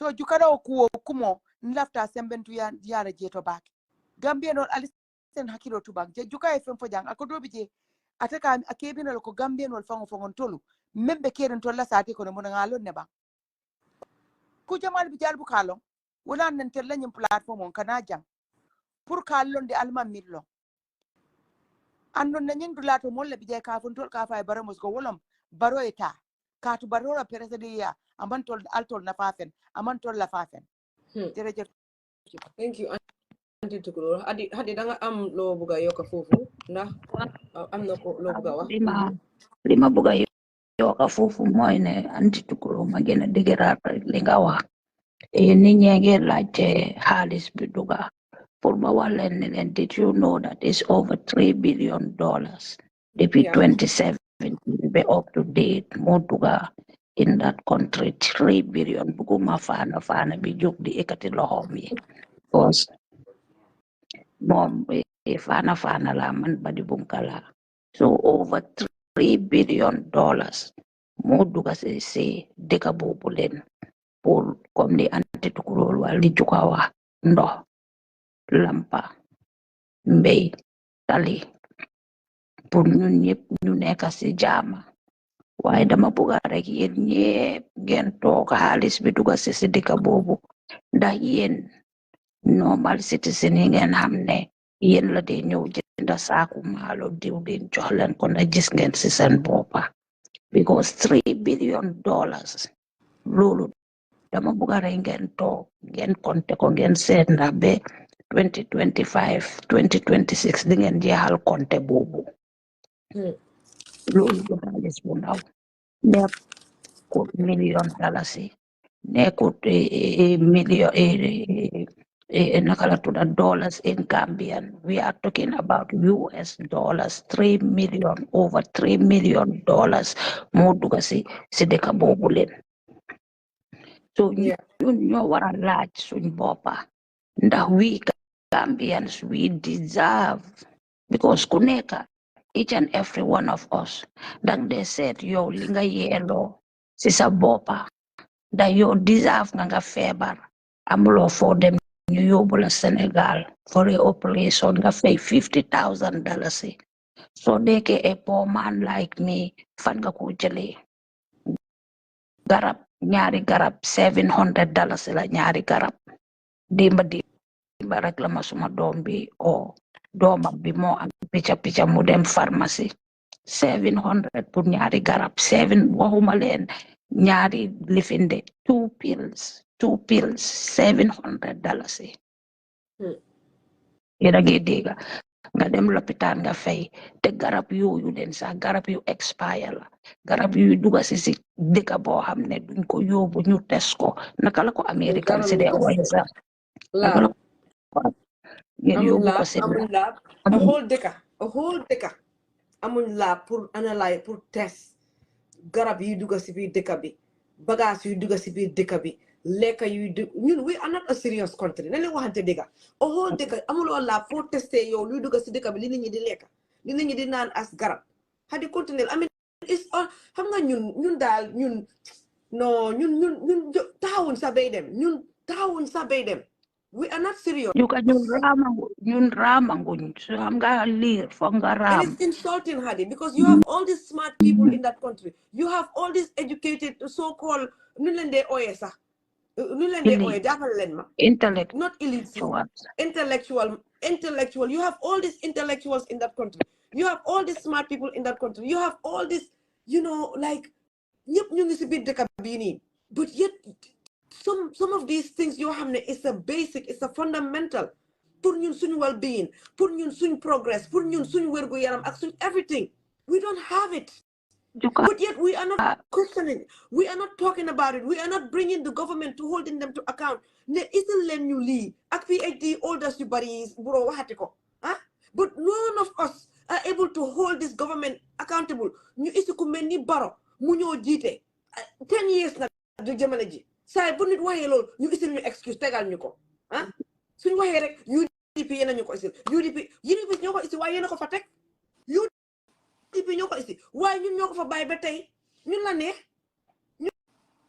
de ba Baro di xalaat ne dafa dem élection 2026 loolu na dem Baro na dem Sénégal mu def fa loolu ñu seen Sénégal dinañ ko bàyyi pour mu taxaw élection the sad part is Baro dem na be buga me suñ youth si jola bi ñëw na waaw so nakam Baro dem na be buga me suñ youth si irritates because ku dem be buga génne school boo xam ne sooy dem danga war a fay lu Gambian xamut and I will tell you one thing tukuloo laar na si waaye xuusut si lu bari ñun mi toog fii yëpp di wax our education was from Jawara time moo tax ñun kenn duñu mën na because kooku daf ñu joxoon opportunity pour ñu jànga independent pour suñ génnee si outside world bi sax people respect us léegi danga gis sorry to say xale bu jànga be waaja suy laaka angale ñakki la de laaka yaa ngi understand ñun we can speak good English yaa ngi understand dinañ binda understand nañ not those big words yi nga xam ne Oxford dictionary la nekka waaye ñun mun nañoo binda li nga xam ne dañ ko bugg a binda and people will understand waaye su jawarat baro deme be buka génne education boo xam ne the poor people mënuñoo access amuñ xaalis pour seen doomi dem si school bi lan ngeen foog te leena laa leen wax baro fan la yóbbu doomam bi pour mu jàngi te du daf ko isi fii fly to fly I wanna fly me America pour mu am a better education pour mu mun a defal boppam pour ëllëg nga xam ne fu mu dem uti liggéey dina ko am waaye yéen a ngi toog Gambia man waxuma ñi nga xam ne they are vampires to suck Gambians blood pour ñu teeda I'm not talking about those people the regular Gambian ki nga xam ne yaa ngi sofa yow gis nga sa boppa si over $3 billion bi duga si Gambia man loolu la am rek pour wax leen ba pare sol duga si jërëjëf ñun ni kon ñu am lu mel ni Dubai dëkk bu ndaw boobu te nekkul ne dëkk bi nit ñi dañ lazy askan bi ñëpp a ngi liggéey ñëpp a ngi dem di daw côté di ut luñ am ak luñ defaree seen njaboot so if all of that money went into that country wax dëgg yàlla yonent bi te gars yi def ko fi ñu ko waroon a def tey jii leneen la ñoo wax si Gambia benn lopitaan du mel ni lopitaan yi ñu am lopitaan bu gën a bon du mel ni lopitaan bi gën a baax bi ñu am déggu leen ma de so nuyu nañ la welcome waaw fay naa leen Juka yéen a ngi waa dégg. waaw ñu ngi laa dégg bismillah. maa ngi jégalu nag dama soona de parce que fu mu nekk nii moom 7-17 liggéey waajaw. jërëjëf thank you very much maa ngi laa nuyu di nuyu Khady di ko ñaanal yal na ko yàlla may si faat bu wér.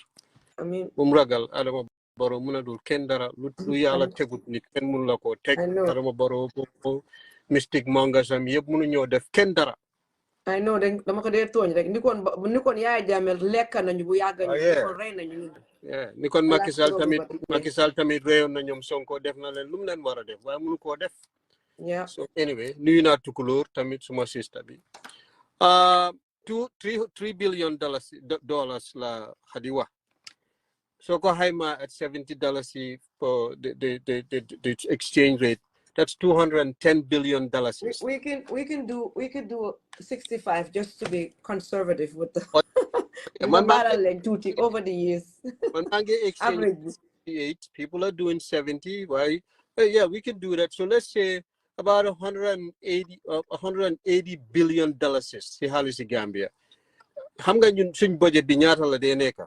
How much do we budget? Suñ annual budget bi ñaata la dee nekk yearly? It goes into our annual budget more than 10-15 folds in budget because so whole education add the debt that we have. You're talking about maybe what $35 billion is low budget somewhere around that figure. I could be close to it or wrong, but it's very close. Last time SK finance minister made what the budget. It's about 35, less than $40 billion is almost in budget. So if you do the math, how much is that money Agnyata Lagai invest into that country? We need to degala ligena wax nonu Gambian people need to be yarange def ligen wara def nak but don't underestimate what you guys are doing, and I know you are not underestimated, although it's frustrating. The people are not rising up to understand that there's this amount of thievery to the extent that we have a failed state. I'm gonna give them guy can do you see that none of the institutions are working, especially our healthcare, to the extent Mandal Manlumawa, ne Edward Francis Smalls, vacant any jabota bivineka, he said to me, then you want to disassociate Turimam from this hospital because it's a disgrace. Nenyom sen ma minga hane tahawon na hehal rew mi ñu jël turam diko associate with the hospital bo xamne Adama Barrow instead of mu dem ci hospital bi gema fix what is happening at that hospital mu baye fa Dr. Samate gaay di foyantu nit ñi sen lives. That's what they're doing on education, Juka. On education 88 kids. How is that possible in a country that 88 students will have 6 aggregates or better out of 29,936 kids you said your exam? Wow. And if you stay with that number, Juka, if you stay with that number for the past 7 years, man, every year. What did you say?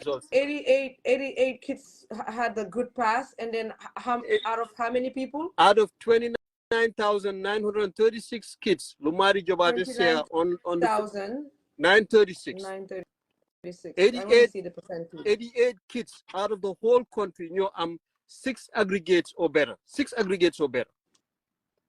Yeah, that's horrible. Do you? And then these numbers, they have been consistent since 2016. Before the elections in 2016, the opposition parties themselves, I don't want to name names, why Halifa Saleh guy, they were out there talking about the fact that a total of 400,000 kids, they did not have the requisite skills to qualify to go to the UTG. They probably dropped out of school, or they don't have the qualifications to get employed. So if you stay with these 29,936 children, for 88 kids, you're talking about 29,900, 29,000, maybe 700 or 800 kids. I was doing the percentage. So you have 0.029% of the kids had a good mark. Is that what you're saying? Yes, these numbers are worse than what was there the past few years. At least the past years, and I'm like 1,000 kids or somewhere around that number, which was like 4 to 5. And 1% before, right? Or 2% or 3%. 4%. Last year they had just a little under 4%. The previous year, I mean, they were just hovering around 5% of the kids. 0.29%. That's crazy, Saul. There should be an outrage at the National Assembly that they should call the minister and they should recall these people. But the fact we're continuing. That's crazy though. Yuka, man, this is what is outraging me more than anything else you can think of in the country. For 7 years, we are having kids who are not qualified to be employable. They cannot go to the UTG, and we still say we're creating 4 universities. How can you create universities when the UTG doesn't have the kids who have the requisite skills to go to college? Yeah, but that's insane. Like any country, any serious nation, if these are the scores, you have the momless students sahale 0.29% of your sahale nyom the pass buba.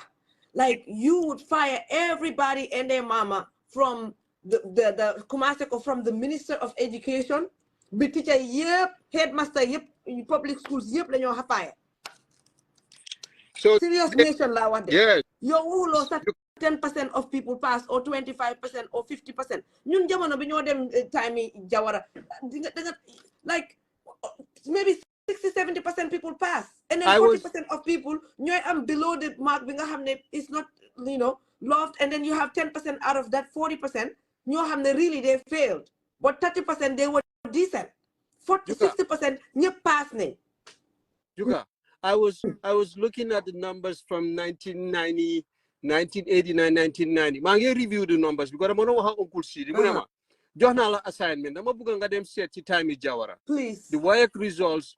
February 1994, let's compare Kobe Adama Baroneke for a time and then get back to me. And I'm going to do this. I'm going to research. But the fact of the matter is, Juka, we were so competitive at the time.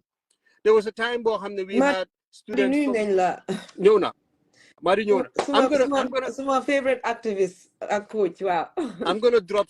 You continue hadi mom gana mu ngi febar hadi mom mun na drop bes kana mu ñewat madi su bëgge duga rek because I know that I've done travel ndeysaan okay mu ne ñew na ci hotel bi okay I can join briefly okay legi I guess mun nañu yow continue sol because li nga wax ni is really okay hadi dem na so harama dugal madi yow continue that would be interesting sol if you can do those findings. What dega yalla I am going to do that because Juka, we cannot have a country that is going to be competitive. Telutah my wahli right now.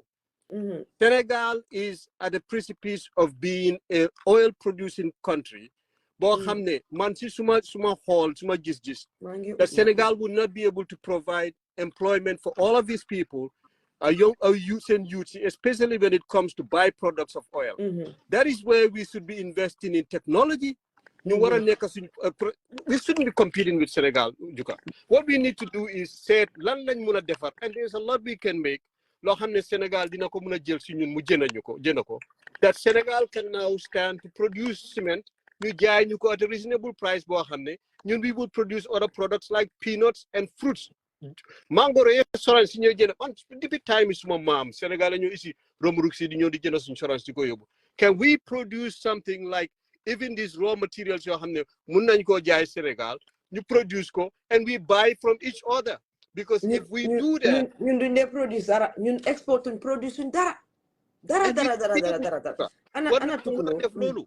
So but the long story short is we are not competing, especially so hotel yi keroog kini Ben mu ko doon wone. We are ñu ngi hoover around how much 1,000 how much 100,000 tourists ñu ñëw Gambia te majority yëpp man maa yoo la ñun ñoo dee ñëw foofu noonu vacation. Man dama dem Gambia vacation to stay. I'm not a tourist. I go to Gambia to visit my family. They're adding these numbers, claiming that you're tourists in your Gambia. When people in Fini, Nakaturati, this island, Binekas, Boris, Senegal, Figure and them, what do you call it again? I know the island you're talking about. Figure them see a very, what is it called again? Hamna Fingawa. Yeah, right. The island, Figure them, the city and stuff like that, right? And they had like a volcano eruption a few years ago. Those people are producing close to 1 million. Ghana and other countries are producing. We think tourism. This was why Sadauda Lumawa Moine. If we cannot take up from where Sadauda left, as imperfect as he was, at another pedestal, then we have actually regressed as a country.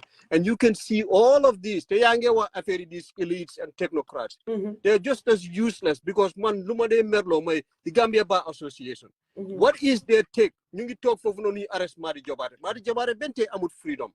Nene Frida Gomez. Kini Nakatura Momo Sabali, Agboy Bobu Neka Kerfat. They don't have their freedom.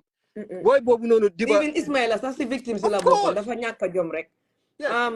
Madi Balamanga send request. Madi, can you see the request button, Madi? Can you try to send a request? Sorry, it's all Manglado.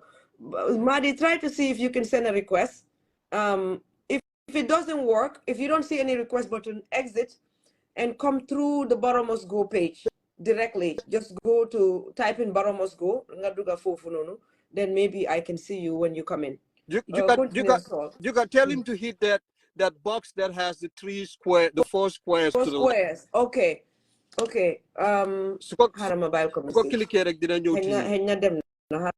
Your continue mobile committee says WhatsApp right now. My point is there's movement going towards what is happening in that country. The Hamnane, it is going to be a matter of time. Why things are moving in the right direction. Gambians because Line Kadi House Senegal. Come November the 17th, Sugai American parliamentary elections, be past they've win. I think this is going to give us more momentum.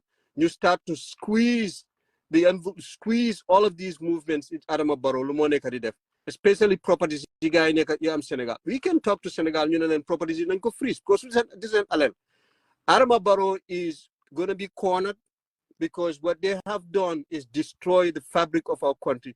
I don't walk around. I don't. This is going away. The past 4 years, I feel so embarrassed now that I can't brag. I still do that. They want some culture and want some of the things that are happening in my country. But I'm not as proud a Gambian as I used to be. What is that? What problem? Because we have become a joke. And that is the direction the Adama Barrow nekadi jobu rewme. Adama Barrow is a yes person. We have to put him in his place. Exercise. I mean, the things that we see with this guy last year, a hippo was killed right in front of his property in residence. I mean, some of these things that you see, it makes you sick to your stomach that we have a leader of a country who does not care about the results of the exams, as despicable as they are. I mean, can't come out and talk about it. I've never, the numbers you just said is really, really insane.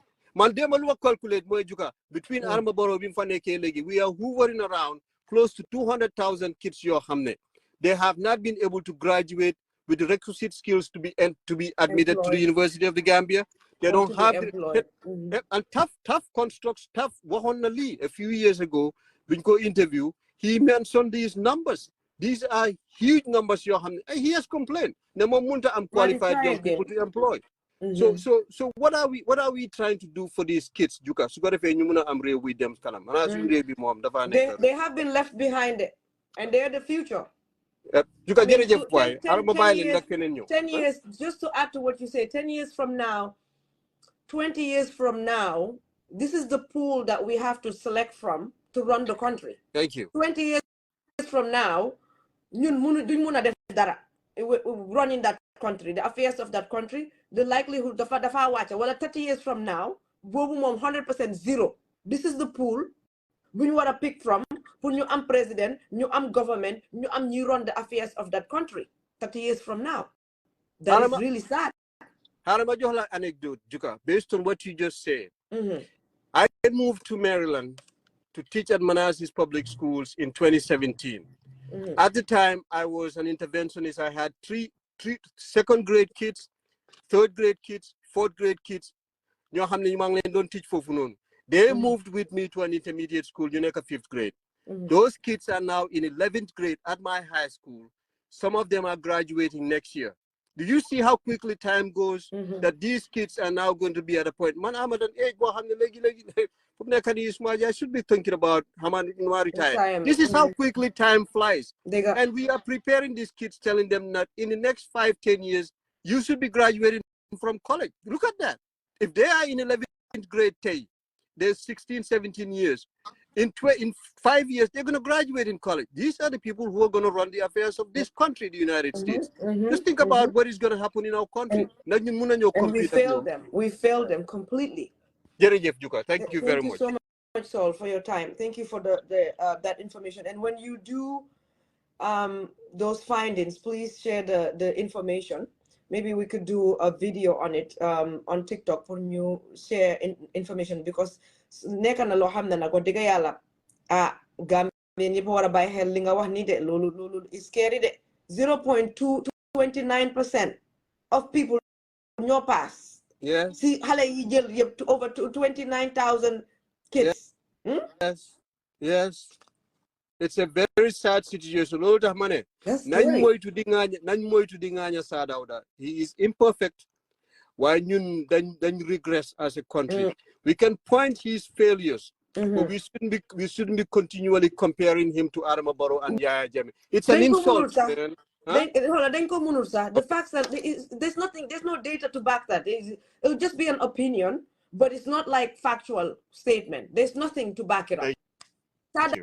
Ken mënu ko compare ak Jawara ak kii naka tulaate sax Jammeh ak Barrow moom xalaatuloo ko sax it's not even nekkul the same book, nekkul the same dëkka, the same world sax nekkul fa beneen universe la.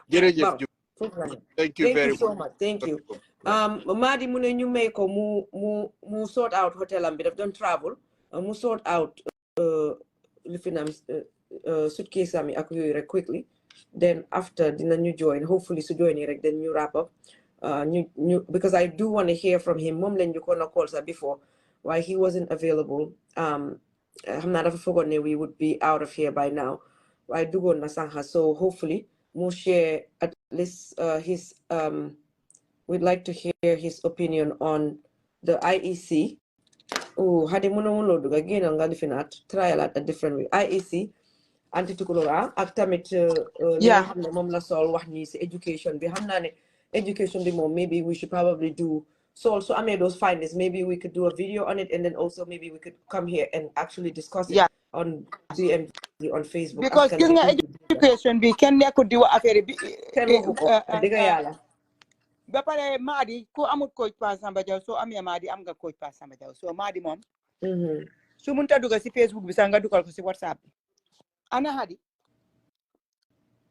Hadi mu ngi dugati this country is moved, guys, not moved this land move well du si yow kii bina noonu demal nga janga ni ñoo bindee ba pare buguma wàcce ken, like I don't like to do that to people because that's not nice, but sometimes they push nit ki bem ega fena yow mi bina noonu harama ut la dama la block nga dem nga ut education, proper education ba pare den nga mëna communicate ak ñun because ñun xamuñ li nga binda sax duma wasatu di la jox boss dama la block rek yow xam nga sa bopp.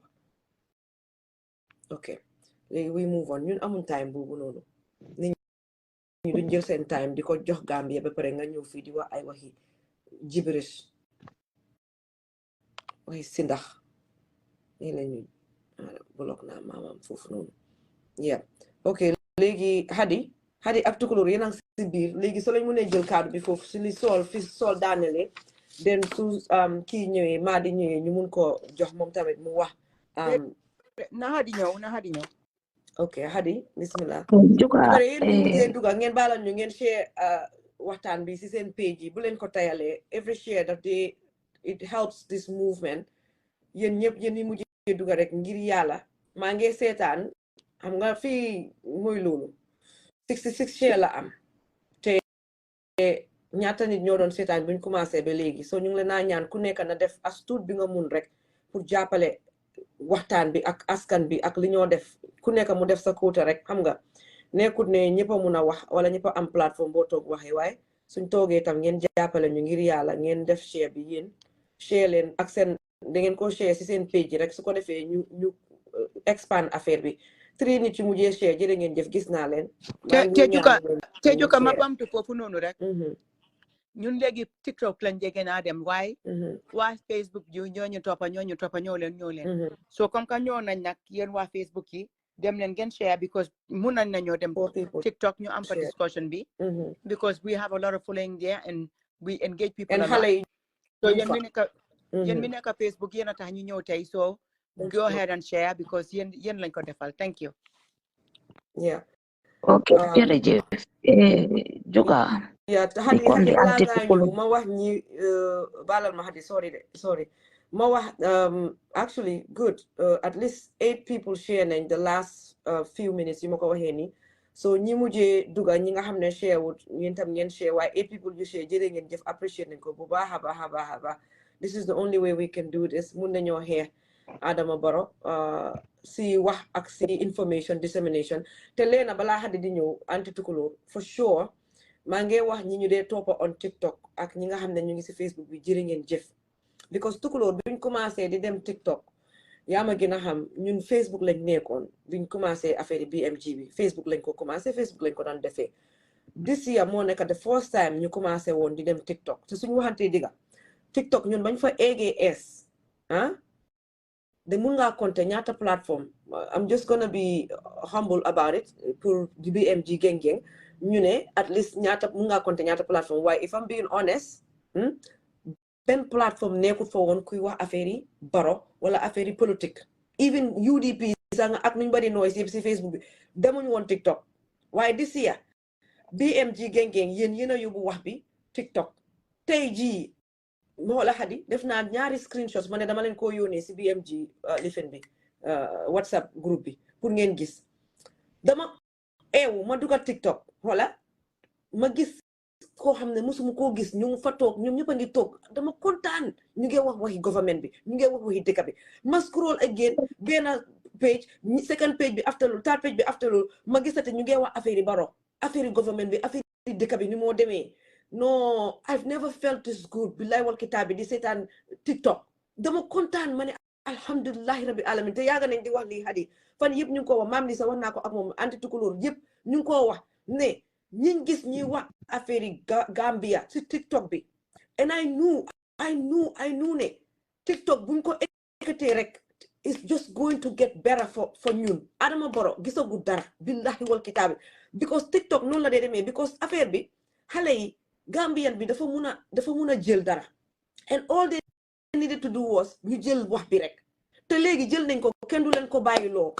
because xale yi suñ jógee gis nit ñi ngee seetaan nit ñi ñu ngee wax bi dangaa gis ñoom tam ñu dem ubbi seen own platform keneen tam ubbi own platform so you never know how many of them will be inspired from here to 2026 man I'm so hopeful gis nga ñun suñ bàyyi woon sax billahi wallahi tallahi xale yi dinañ jekkale mbir mi man ma lu leer laa la ñoo wax ñun suñ toogoon rek ñu bàyyi ñu noppale ko xale yi dinañ jekkale mbir mi TikTok gars yi li ñoo def Barrow taa yi foo duga ñoom gëm sa boppa ñoom smile am na plateforme yoo xam ne musuma gis xaw ma fa kenn musuma faa gis ku ma daan gis Facebook ñu ees lañ ñoom ñëpp ak si waxi Barrow waxi government bi waxi Gambia ni moo demee kon gàcc nga la ma BMG su fi amoon sax mu ne ori hadi wallahi azim jàcc nga laama te fuñ demee TikTok liñ la ñoo ñaan mooy boo leen ñu gisutee de la ñoo dugga si plateforme yooyu ñun ñëpp ñu faa dugga si yeneen plateforme man léegi-lee nag wax dëgg yàlla because suma tur bi mooy loolu fu ma dugga rek ñu screenshot dukaa ngi woon fi because duma dee xam li ñoo wax ak fan la conversation bi demee waaye dama dee toog ma seetaan gars yi su yàggee sax boo mucc danaa ubbi fake account ma def comme Fatou Cissé may dugga di support gars yi di leen tapoteel di leen just because they are talking about Gambia and we need to support them so loolu la ñoo ñaan ñëpp ak BMG gengeen foo leen dugga TikTok ngeen gis ñu faa wax affaire Gambia donte ñu ngi support political party boo xam ne yow Google ñooñu dugal nga support gars yi si ron tapoteel leen rek because the more people are talking about this, that means the more people are going to be aware, and this is going to be something loo xam ne it's a sexy conversation to have, just like in Senegal. Senegal bi ñoo génnee Sonko ñëpp a doon wax affaire bi ñoo génnee kii Macky Sall Sonko di génne si président ak Diomaye ñëpp a doon jël si waxi affaire yi Macky Sall ba Gambien yi bokkoon si so ñu ngi ñaan askan bi daal continuer leen di jàppale ñi nga xam ne ñu ngi amee plateformes yi nii bu ñu borom IEC I eat from the cake bu ñu gën a bari noise leen ko bem saf ku nekk si dëgga moo war a gën a mun a noise ku nekkul si dëgga yéen seen ñoom seen bos du dee yaaga foundation bi is not there because it's not true they're not standing on truth they will collapse hadi sorry ñëwal bismillah ma dugal ma seet na maa di ñëw no okay joka li ma bëggoon a wax joka comme maa ngi gis leena mu ngi ko binda ñun yaagoon nañoo wax yëfi education bi on TikTok si loolu lañ nekkoon di wax healthcare bi education so ma war a déggal di sool wax yow nga calculate ko mu nekk 0.39% juga kon ñu tëj school yi Gambia yëpp fi mu nekk nii because amut use sa yaay di dem di jaay di la sorry bala leen ma it's okay sa yaay di dem di jaay sa broda yeng la yónnee xaalis di la jox pour nga dem school duka nga dem school nga ñëw amuloo good results dafa am lu important loo wax which means in 30 years we can find a leader in that country koo xam ne mun na yóbbu Gambia ci kanam yaa ngi understand we don't have educated sorry maa ngi use uneducated people nekku ne am looking down on them waaye loolu moo fa nekk uneducated people boo xam ne comme right now kiñ am because juga gis nga jànga dafa important si nit torop the leaders in this western world so why ñu ne doo compare western world bi ak Gambia ana bugut lu baax juga man di suñu doo leen compare ñoom they started to from the ground léegi yaa ngi understand lu nekk dafa am a foundation ñoom tamit dañ am foundation boo xam ne juga ñi soo amutee qualification nga high educated in Europe fii amut kenn ku la employ as even balekat yaa ngi understand balaa ngi leen a represent as a prime minister or a minister or anything loo need yaa ngi understand so problem bi mooy ne in 35 years ñun duñ amati koo xam ne nañu jiite ñun dañoo am leaders yoo xam ne lu leen neex la ñoo def comme Barrow yaa ngi understand waaw so which means ne ñun dañ war a start from scratch su Barrow demee 2026 is a big task pour Gambian government buy ñëwaat in 2026 because lii du job bu ndaw yaa ngi understand because danga war a start from the ground foundation la nga layaat foundation boobu leen yaa ngi understand soo toogee yow man mënuma understand a president man léegi yow yaa ngi wane mu ngi train Mankunda sega bu correct sax mënu ko yaa ngi understand war naa seetaat boppam soo round dem yaa ngi understand yow bi nga ñëw danga tuuti léegi seetal sa boppam man dama foog ne Barrow is taking us for a ride kii aya tut yaa ngi understand because taxpaying money dika boobu leen mooy yóbbu doomam bi in the United States pour mu dem jàngi pour mu amee better education than the people paying the tax money for his family. yaa ngi understand the same goes to his wives. That the same goes to his family because the closest family ñoom tamit ñu ngi teeda seen doom yi ñu ngi leen a génne minister si tamit the same yaa ngi fly to fly di ñu holiday di ñaawal dëkk bi yow óor na la óor yàlla ne lopitaan bi nga xam ne foofu laa war a dem fajoo su ma fa demee dama fa jëlee feebar. How heartless are these people in our country ba pare ñu war a toog BMG comme li nga wax nga ca ngalaama wax naa ko yow sax fekk maa ngi xawoon a feebar ma ne la jukka ma nga ne ma naam ma ne la su fi emoon sax mu neex because gis nañ TikTok gis nañ TikTok naka la xale yi di def baro su fi emoon sax BMG waxoon nañ ko mu neex because Facebook lañ nekkoon di wax ñu ubbi TikTok bi we are the only people you daan wax baro and people were against us léegi xale yi xoolal algorithm Facebook bi 90% of algorithm Facebook bi TikTok bi is about baro du suba du diggi guddi du bëccëg du ngoon ñu ngi wax baro suba Gambia guddi bi fa nekk ma ne dangaa eewu suba teel man suma time man fekka bëccëg UK moo jot gaayang fa sa TikTok ba toog no baro am na problème hadi tugulo ak 100 people yi baro am na problème baraka baaki baro am na problème bu réer te PR mënu koo fix no PR mënu koo fix give up on that side baro and you and your 100 people give up on that side danga waste sa xaalis because xam nga lan la PR li mun a defar mooy loo xam ne there's something good about it even if it's not a lot let there be something good bi lu good mu ëppal lu bon li feeñu ñu ñëw ñu ne xaaral ñu feeñal ko loolu mooy PR public relation waaye yow nga dëkk si lu bon nekk si lu bon di lijanti lu bon suba ngoon bi de guddee bëccëg di tapale alali askan bi nga ñëw nga ne di nga dem isi PR pour gars yi ñu defal la public relation dina ñëw ñu defal la presse ñu jaayal la sa whatever it is sa agenda bi it wouldn't work because there's no substance there loolu it's common sense because su fekkoon ne loolu mooy wax ba mu fayee journaliste yi ñaata la lañ fayoon 400,000 bu mu lañ fayoon 400,000 du loolu la woon ku nekk dalasi ndikonte affaire bi gaay ñun ñëpp noppi ne ndikoon kenn du waxati lu bon si affaire yi baro ak government bi waaye ñun ñëpp gis nañ li nga xam ne xale yi affaire bi mu ngi because dëgg la ñun we are standing on truth gis nga soo nekkee si dëgg yàlla moo la dee ekkati yàlla moo la dee jàppale doonte aduna bi yëpp dañoo ñëw ne dañ naa wàccee gis nga doo wàcce doo dem fen gis nga juka olof yi dañ dee wax li ñu ne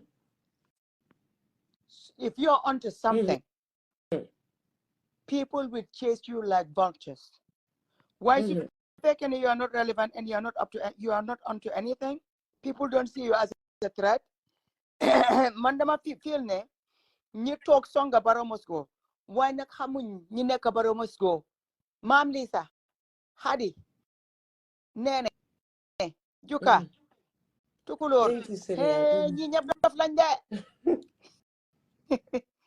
xam nga ay dof yoo xam ne yow soo toogee nga ne leen nga ne yaa ngi xoxataan ay dof te di more what these people don't realize xam nga these are people ñoo xam ne xeexuñ woon time yi struggle bi loolu mooy problème bi Juka they don't know because ñun time struggle bi ku ñu laal dañ dee man mi nekkoon jooykat bi dañ dee jooy ba pare waaye suñ paree jooy nag dem xeex bam saf waa yow yaa doon jooy yow ak ñeneen man déedéet dégguloo ma ne man mii jooykat ñun jooykat yi déedéet man wax naa suma boppati waaye dangaa gis ne Juka waxal dëgg rek yaa ma naa noonu oncle anti Tukulóor jëlal sa énergie bi nga def ko si nii so saka nag léegi nga xam ne Juka kii lii la ñi ñoo def lii ñu ne lele ñu ma ne la anti Tukulóor nga ne ma man la you know how what you do jëlal énergie boobu yëpp nga def ko si xeet yëpp lay def so léegi soo toogee nag Juka the point I'm trying to make is xam nga ku la xamut mooy toog ne mu ngi laa jema intimidate understand because ñun time boobu loolu sax ñun dañ derkis léegi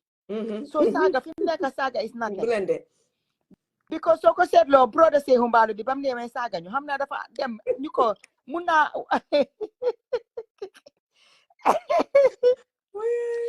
mun naa am ne Sehu Mbalu sax moo ko ne hadi mer bu ko wax hadi dañu ree rek ñu déglul foog naa Sehu Mbalu sax moo ko ne accu be de ko be kangaado de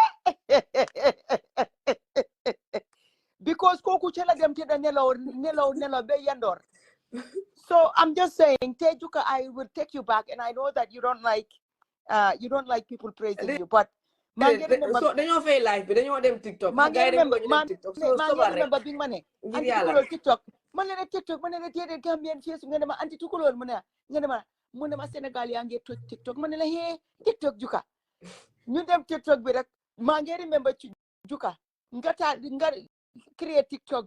Then gane for us to be able to do live over there, we have to have like 1,000 followers. Nga dem ñu def Facebook live. Nga ne léegi soo leen suñu amee followers yi juka si suñu ewo sa suba sa rek ñu am followers yi nga xam ne mooy.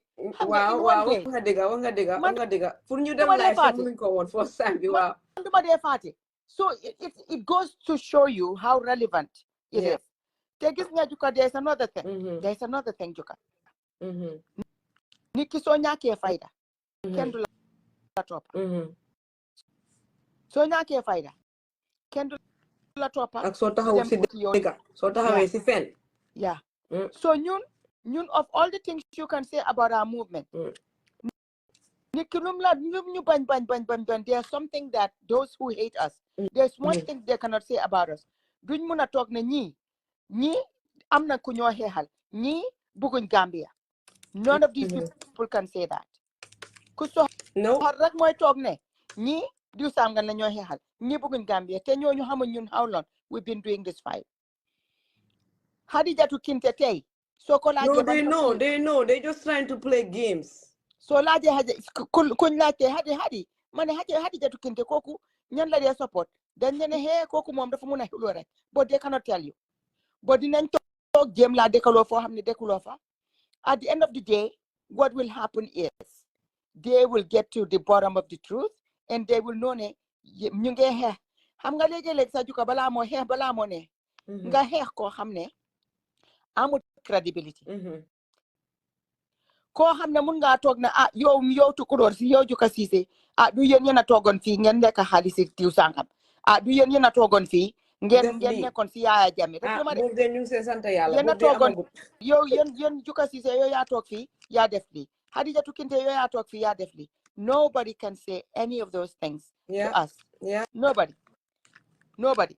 So at the end of the day, sometimes the only way people can try to fight you because they see you as a threat is to present you, is to create doubt. Why ñun liggéey biñ liggéeyal Gambia ñi nga xam ne ñi ngi taxaw si dëgga ñi taxaw si dëgga juka kenn du de lu ñu mun dafa mel ni rek tey ku sal coach Pa Samba Jaw ñun ñëm ñoo jóg ne du coach. So people can go ahead and say what they say.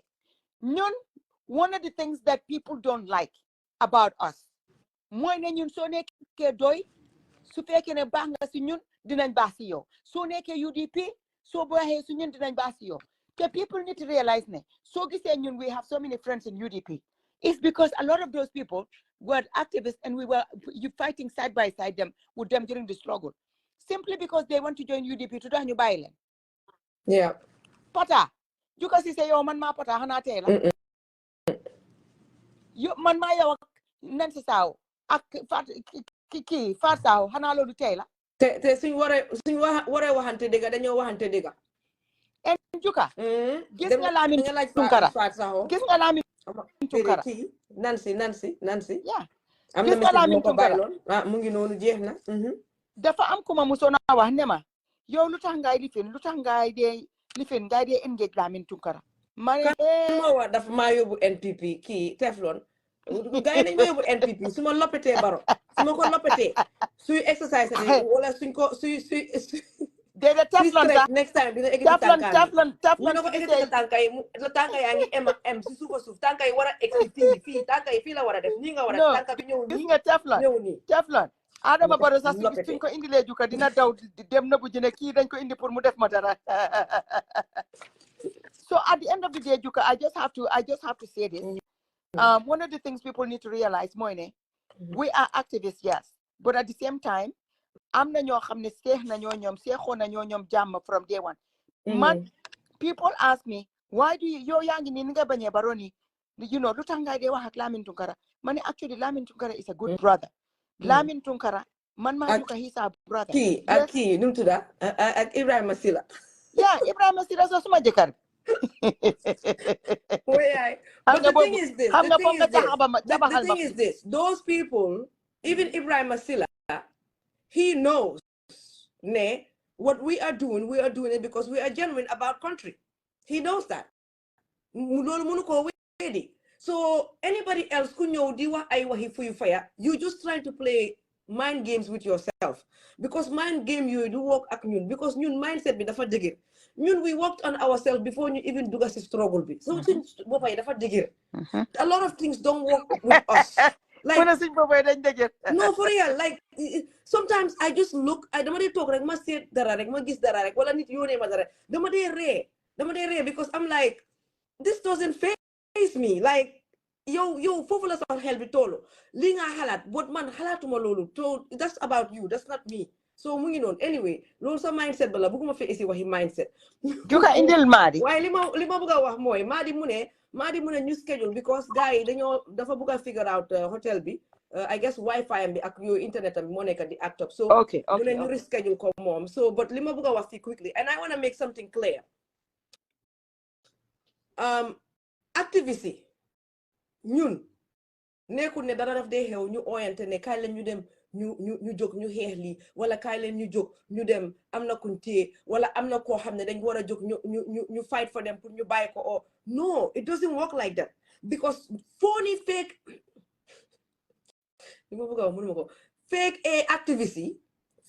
activity, okay, ñoom la seen mind bi dee woogee noonu, so they projecting those ideologies and those laaka nga angale kii tey microwave fake activity ñoom ñoo dee woogee loolu. ñoom they think ne ñun people can manipulate us because you are manipulatable, if that's a word. I don't even know if that's a word. Yes, it is. People can manipulate you. You are manipulatable, so you think even us people can manipulate us.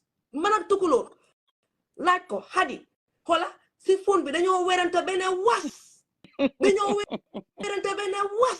su fekkee ne we are supposed to do something and mu believe ne we are supposed to do it that way, man ma believe ne we are supposed to do it this way.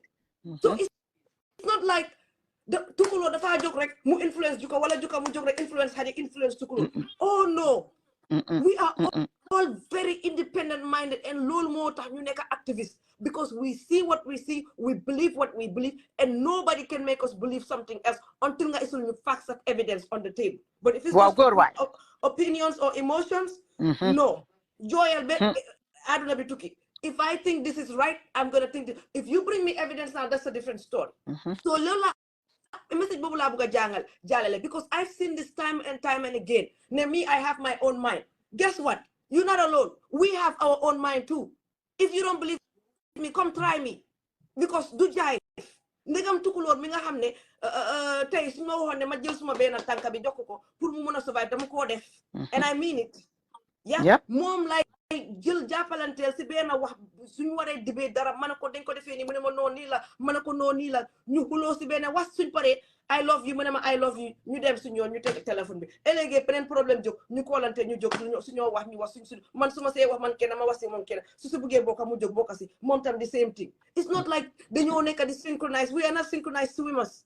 The only thing li nga xam ne moo ñu def ñu synchronize together moo nekk the heart we have for the country, the activism blood. Loolu dafa nekk si ñun. Tey ko su jógoon wala Madi su jógoon di xeex dara because daf ko gëm, man su ma xoolee xeex bi ma xool ko donte xoolut ma waxuta man sax man may jóg ma boole suma boppa. The same thing Mama Sali, the same thing Hadi Kinte wala Nene Frida Gomez wala Mam Lisa wala Anti Tukulo. It's as simple as that. so agenda bi ngeen narrative bi ngeen bugg a jaay wala rhetoric bi ngeen xola te dama ko def not because of us de because ñun xam nañ kiñ doon waaye askan bi pour leeralal lañ ak yéen mi nga xam ne seen boppay dafa capacise dafa twist pour mu leer si yéen ne each one of us man suma yaay bu ma jur sax munut ma xool convince ma ne ma defal lii nga bàyyi maa ngi tëj wax bi foofu waaye pour mu leer xoola man yaay bu ma jur munut ma xool ne ma juka bul duga si lii wala bul wax si lii wala bàyyi lii when it comes to activism no moom xam na ko it's the same thing ak Tukulóor all of us we are independent minded so xoola dem leen ngeen noppale ko jël leen seen basak ngeen faranku laay ngeen nelaw ngeen bàyyi ñu ñun muufu leen ñu an inch ñun dañ blende man foofu laay tëjee wasalaam Hadi tey ju kana ko bañ sa angale sax la doon laaka waaw maa ngi dégg yaa ngi ko tooñ ne ko wax nga microwave bi naman waa TikTok bi waaye léegi waxanguma suma yëfi kañ la ñuy gaay di ree maa ngi serious ak waaye am nga man suma ñëwee rek suma waxi kañ la ñi ñëpp di ree waaye suñu dee wax li njëriñ askan bi juga dinaa la wax leena comme always suñu wax li ma la dee wax ma ne la we are the chosen ones because ku nekk waaw because fii ku nekk am na looy def loo xam ne sa jëmi bopp la loo xam ne moom nga def pour achieve sa future bi waaye ñun ñëpp a ngi ko bàyyi ñëw di enlighten askan bi pour wax ñoom yaa ngi understand mëno ñoo def ñëpp hello sister Jambur bi ana naka nga def ñu toog ne suñu yoon nekku si pour ñëpp waaye soo nekkee di chosen one doo dee mun a ignore because am na ñu gën a xam am na ñoo xam ne ñu gën a jànga am na ñoo xam ne mun nañoo jóg wax waaye yàlla mayut leen pour ñuy wax so man I am proud of the team BMG because lum bon ku nekk am na si loo jàppa anti Tukulóor moom mu ngi konte xaalis jukaa ngi nii ku ko gis xam ne si liggéeyu kaayam la nekk mu ngi liggéey man maa ngi nii tëdda si suma lal bi wéruma waaye Gambia moo tax ma war a ñëw bàyyi lépp lu ma def waroon naa fekk sax ma nelaw waaye pour ma ñëw ñu enlighten Gambia pour ne leen we deserve better as a human being as a nation des na nag si ñun message lañu mun a joxe des na si yéen pour mu bugg a yéen si seen boppa yi des na si yéen pour ngeen kom li ñoo wax te sant yàlla bem bari BMG duñ leen fi iseel lépp dara loo xam ne teguñ ko si yoon dañ dee research be am liñ bugga yépp xam naka la xaalis bi duga see kañ la duga si xam problème yi nekk Gambia man di ma feebar ni laajal juka still now people are sending me messages ak yooyu leen xam nga luy xew Gambia yaa ngi understand pour rek xam ne we are credible ñun duñ dee ñëw te su ñëwee def mistake tamit dañ dee ñëw ak knowledge ne def nañ mistake so liñ leen a ñaan mooy dee dena share suñ live si ngeen dem si BMG page bi TikTok ñu ngi fa def yëpp suñ video si soose si joola si pol si olof yëpp dañ ko fa dee def pour ngeen partage ko mu dem deep in Gambia because su ma ne deep mooy si biir Gambia because xam naa ne waa Banjul eew nañ waa Kombo eew nañ waa Birkama eew nañ Kombo bi eew nañ xaafo fooñi sax eew nañ waaye fi mu war a aaga ngut fa so ñu ngi leen a ñaan as a team ngeen a share suñ video si su dee si biir WhatsApp bi la sax like pour gaa yi jot si ñun léegi dinañ door sax suñ defee video ba pare ñu defar voice 1 minute because boobu neex na déglu because loolu pour rek maa juga waxoon nañ ko ak anti Tukulóor boobu tam daf dee gaaw a dem because soo ko siyaaree rek dafa aaga xëy na video bi gars yi duñ am xaalis pour download ko so waaye nañ start tamit di def audio buy dem ba pare li ma ñaan politicien leaders yi ñaan nañ leen ngir yàlla ñëw leen together because balaa moo ne mooy mbooloo defoon nañ ko 2026 yàlla may ñu doole bi ak kàttan bi ñu def ko defoon nañ ko 2016 astafurlah 2026 nañ ko defaat ñu ñëw ci mbooloo waaye ñu ni tamit liñ leen a ñaan ñëw leen ngeen toog gentleman agreement buguñ ko fee dégga lépp loo leen a teg na nekk ci taabul bi ngeen sign ko ñu gis ko teg si suñ bët li ñu dal si baro buguñ mu dal ñu si any coalition anymore man nag may waxkat bi wéruma maa ngeen nokki sax ni maa defee nii 2026 white paper lañ buga ngeen share ko ñun ñépp ñu teg si bët su boobaa wax bi dina neex because fi mu nekk nii ak lu ñu wax baro yépp coalition 2026 bi tegalul leen ñu benn paper boo xam ne lii ngeen agree gentleman agreement ngeen ko defoon moo tax baro di naaw di wax lu ko neex di def lu ko neex waaye su te koy woon dañoo enu baro yóbbu ko dafa bàyyi suñ dëkk bi bàyyi force lépp loolu leen a def na leer ngeen come together xam naa ne nag am na ñoo xam ne ñu ngi si ron yéen a ngee wax waaye ngir yàlla ak yonent bi all the supporters si nga xam ne bokkuñ NPP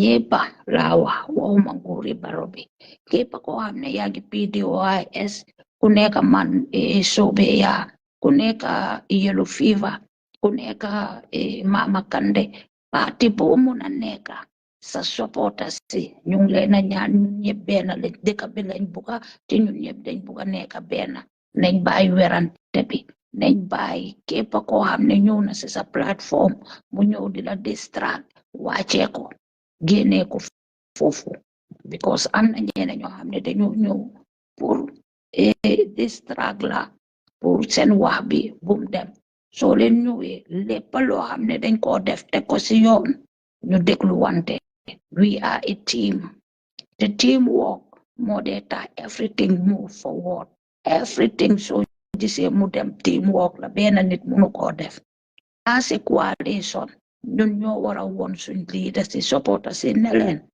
right now fi mu nekk nii ñun ñëpp benn leen soo gisee ku nekk PDOIS di wax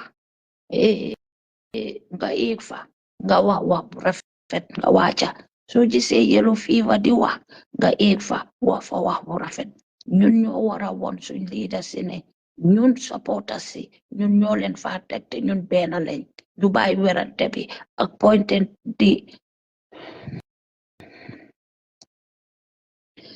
the point fingers to each other loolu du yóbbu réew ñun ñëpp nañ stand as one ñu move dëkk boobu leen nekkuñ fi nag pour ne kii fii la bokka sa wax la waaye képp koo gis ne isan opposition te bëgg naa génne baro nañ nekkatu benn pour suñ politicien yi respect ñu si ñun la war a dooree ñun supporters si ñun la war a dooree we have to stop pointing finger because léegi ma dugga si yeena scroll di gis si yeena naka la tudda caat man ma UDP doomi nijaay doomi baajen lañ yow li ma UDP def yéen doo leen am ku soo leen amee government bi sax di ngeen soona si man li ma bugga pour wax mooy nañ stop di pointante finger di blamante wala whatsoever ñun ñoo war a wax suñ leader si ne leen ñun ñoo leen faa teg tu ñun ñëpp benn lañ baro dafa bugga ñu féewaloo baro dafa bugga ñu nekk di pointante finger mu toog di ree nekkuñ si time boobu leen we should all come together ñu xeex dika biine bi nga xam ne ñun ñoo ko moom suñ maam yi xeex ba saa si yàlla tey is our turn to make suñ maam yi proud again ñun ñoo leen war a make proud ñun mii di wax ñun mi nga xam ne mag nañ léegi am nañ family am nañu doom we have big families yi nga xam ne suñ responsibility la pour ñun ñu tegaar suñ dëkk bi si yoon comme ni ko suñ maam yi defee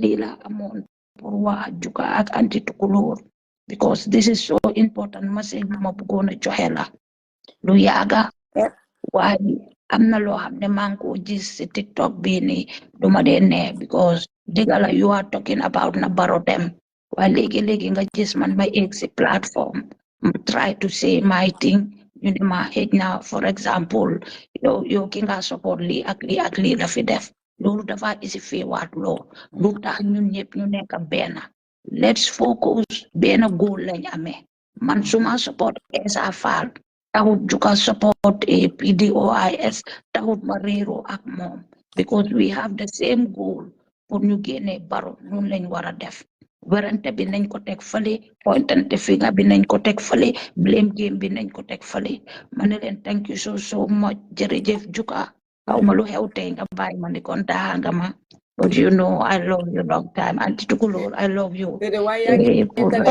and actually nene degal ma naan la nene hey man ko oye nene nag su ko defee tey dina ne lung ma oye nene si wéroon yow naa la yónnee voice naam Hadi it's important pour ñu bàyyi la because tane nga léegi so it is important gis nga if you are passionate about something laajal Juga dina la wax am na benn bés ñuy def GDF fundraising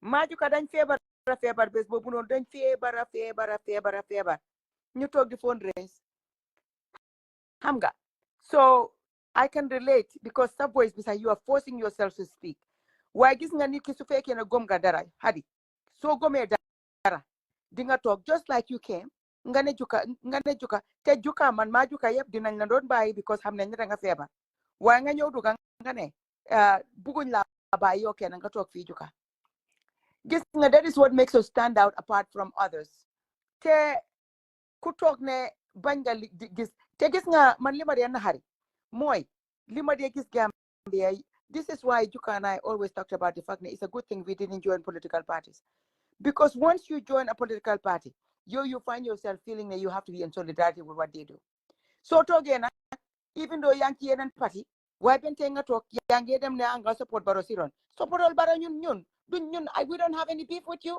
we don't have anything against you waaye ñun suñ lekk te ñu gom ko li si luñ nekk te ñu gom ko bàyyi ñu ci because yow doo ñu mun a génne si luñ nekk xam nga that's the thing people need to understand no matter what they do duñ ñu mun a génne si lu ñu nekk so that is something people need to realize especially boo nekkee si dëgga lu tax nga waral nit alaaw kenn benn kuyun kayang mu ñëw génn si dëgga bi nga taxaw donte yow kenn yaa fa taxaw sax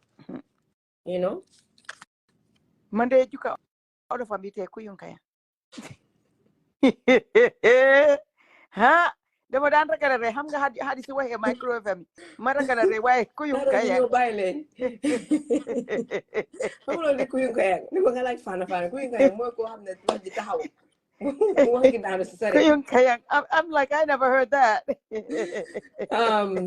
waaye naka tuddaati sax waaye ñu ñëw bàyyi gars yi tukulóor su ko defee ñu tëj ba next time inshallah yeah gars yi ñu ne nga choose some ginger yeah she's doing better moom boo fa Hadi kan feebaroon na ba ma jaaxle waaye alhamdulilah léegi mu ngi tane si alhamdulilah yeah it's not easy waaye ñu continuer rek xeex bi continuer and we'll be fine su neexee yàlla as long as ñu ngi taxaw si dëgg rek man moom loolu mooy suñ gàllaaj si dëgg biñ taxaw loolu rek mooy suñ gàllaaj ba pare ñu ngi ñaax am def loon fii du TikTok de ñun damaa fay damaa liggéey ba pare dama war a lekk tamit fi ma buggee tëjee rek Juga mooy ne ku nekk li nga gom nang ko gom ku nekk li nga jàpp ko because at the end of the day your conscience is what's going to be with you ñun su gaay bàyyee xel ñi nga xam ne ñu ngi toog nganka ñu te pare ñëw lekka these are people ñoo xam ne ñoom si seen bopp xam nañ ne ñun duñ dee dem si seen plateforme yi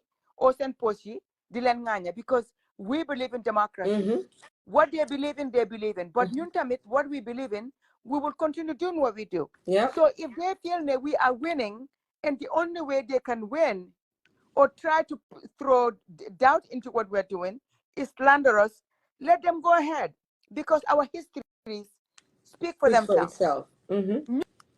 We have cemented legacies. Your hamne, they make us stand out as people who love our country. Our names will forever be sketched. Because he said there's a difference between the people that fought for Yaya Jammeh and then the people that are, there's no difference, I mean, between the people that fought for Jammeh to go and the people that are fighting for Adama Barrow to go. These are the same people who have the same vision because they see country first. They see that the Gambians are suffering and they want to do whatever they can in a peaceful way to transition Gambia into the Gambia we really want. So this Adama Barrow struggle, these are the patriots. These are people who know how many. Then talk to Kasise. Hadengini febar. Yeah. Nyaka fayda taxul ñu jóg. We don't need this. I'm just what we're doing today, we are not looking for birds. Social media is not what shapes who we are. You have your business. That is what shapes what you are. And we have a life. We have a life outside of social media. What we do outside of social media is what shapes who we are. In our families, with our children, in our jobs, in our communities. That is what makes us stand out. But we are not out here trying to look any different than we should. So people that are out there, Ngankanyu, we just want you to know that we are not going anywhere. We are not going to fight with you, doing la tonto, because that's not who we are. We don't do that. We do not respond to people like that. We do not respond to toxic people. So definitely you believe in what you believe in. We believe in what we do. And stay out of our way. And stay out of our way. We stay out of your way. You got that right. Stay in your lane and we will stay in our lane. Now, if you still want to chase us, go ahead. That means we're that relevant. Because and Mr. Koli, mang la block dega. Yow da nga am jot, ñun nak amuñ sa jot. Ku tok di wax yow ñu tok ñu sitaan ay awas te lu ñoo wax neexut la waay yow tamit yàlla nattu na la de ndax seytaane la nattu subhanallah man ku ma buuta déglu du ma déglu benn 1 second of my life. Time is too precious. Léegi xaaral ma block la nga dem su ko defee seytaane wàcce block bi sax moo fa ne xaaral ma block la nga dem ko block mu dem seytaane wàcce ko seytaane sonal na ko itam nattu la de yow nit ki lu ma wax neexut la waaye yaa ngi toog di ko déglu man loolu mun maa understand. So anyway, man foofu laa tëjee Juka. So Hadi yow yaa Juka mun ngeen a tëj. Man moom tëj naa ba pare. Man tëj naa like 10 minutes ago. Hey, Hadi go ahead. Hadi tëj. Hadi go ahead. Juka bala ngaa tëj na su maade defe ne mun nañoo def. Maadi moom bosam baaxutoon ba léegi mu ne ndeysaan. Waaw li ma miin pour mu schedule pour isi ko na waaw na fii ba si next weekend bi ñu seet na dinañ ko mën a isi pour na ñu bari na ñu doon expect ne dina ñëw hold on. Yeah, that makes sense with this topic and maybe other topics too, inshallah. Nigam Gambia every day ñu ngi am ka si government bi. So ñu nga xam ne they are new to us here. Juka and Hadi and them, they're doing a phenomenal job on the TikTok. Man, I always run from TikTok. Why you can go and like the TikTok page, Nyom Juka. They're almost on a daily basis. Sometimes they do post on the page, on the Barrow Must Go page that they'll be on TikTok. But you definitely should follow them. Go and follow the TikTok account so that you can watch us on TikTok for the lively day shows. Yeah, videos, videos. Yeah, video itamit Juka hamnane we have to go, but I just damabuka improve the Gambians because videos it takes a lot of our time. It takes a lot of our time to do those videos. Yeah. So soon for video usually silly because they know that what we do resonates with people. Because you heard Serian where his aunt actually was listening to the Mandinka audio. Solbaji one time what he really liked is the fact that Hadi does a wonderful thing with the Jola. So we are open to all platforms, all tribes, and we make our videos in a way that it resonates with all tribes. So thank you very much. Thank because you. Pare dañu wara anti tukulo dañu wara wa anti Mariama jërëjëf because moom tam mu ngi start pour di wax tamit si pol bi waaw bu ñu wax la ne waaw ba pare sax thank you. Auntie Mariama is so dedicated to our cause. Mariama, wherever we go, su demee si TikTok bi dina joxe coins ba sona. So Mariama ajarama men welti ke no waɗata ko. Amin ya Rabbi. Amin. Okay, kon good night ladies. Be benen yon inshallah yeen mi mujjé dugal te share len video bi ci sen plateforme yi pour dimbalé plateforme bi ak video yi ak message bi ñu doon waxtané pour mu jalla pour gaay xamné ñun demuñ poussé wuñ place té tamit li nit ñi di wax né amna keneen ko ma sen message di wax né wa comme li Hadi di wax né mom tam dégga na wal mom sa waxut Hadi ay dafa wax directly rek né mu ngi dégga né ñu ngi wax né Baro di wax né Sidi Ndiaye la bëgga ici fi la né IEC bobu mom ñaata yoon laa dóor table bi 6 nga 6 mooy sànni devil boobu bés bu ko Baro defee Sidi Ndiaye yow ak Baro Sidi Ndiaye ak Baro yëpp la ñoo wax dégage xam nga luy wax dégage xam nga luy dégage yéen ñaar ñëpp la ñoo wax dégage sa dem dafa gën a gaaw duñ xaar sa 2026 bés booy def appointment boobu bés boobu la ñoo wax ne yow ak Baro ak Sidi Ndiaye ak seen geng gi yëpp dégage la ngeen gën a dëkk bi suñ paree TikTok laay dem ma wax ko xale yi suñ ko waxee xale yi pare leen tukulóor xale yi dañ jéppi Baro xale yi dañ sip Baro fi mu nekk nii xale yi yuut si ñoom ñëpp a jéppi Baro te ñoom ñëpp ñu ne ñoom jaral na lañ seen bakken bi lay wal kitaab anyway we move ba next time inshallah waaye wax boobu dafa am si boppam bi dégage Baro ak Sidi Ndiaye yëpp dégage dañoo def bés te wax naa leen ko ma ne leen Sonko ak Jomaay ñu ngi foofu Sénégal ñu ngi yurnu lu xew Gambia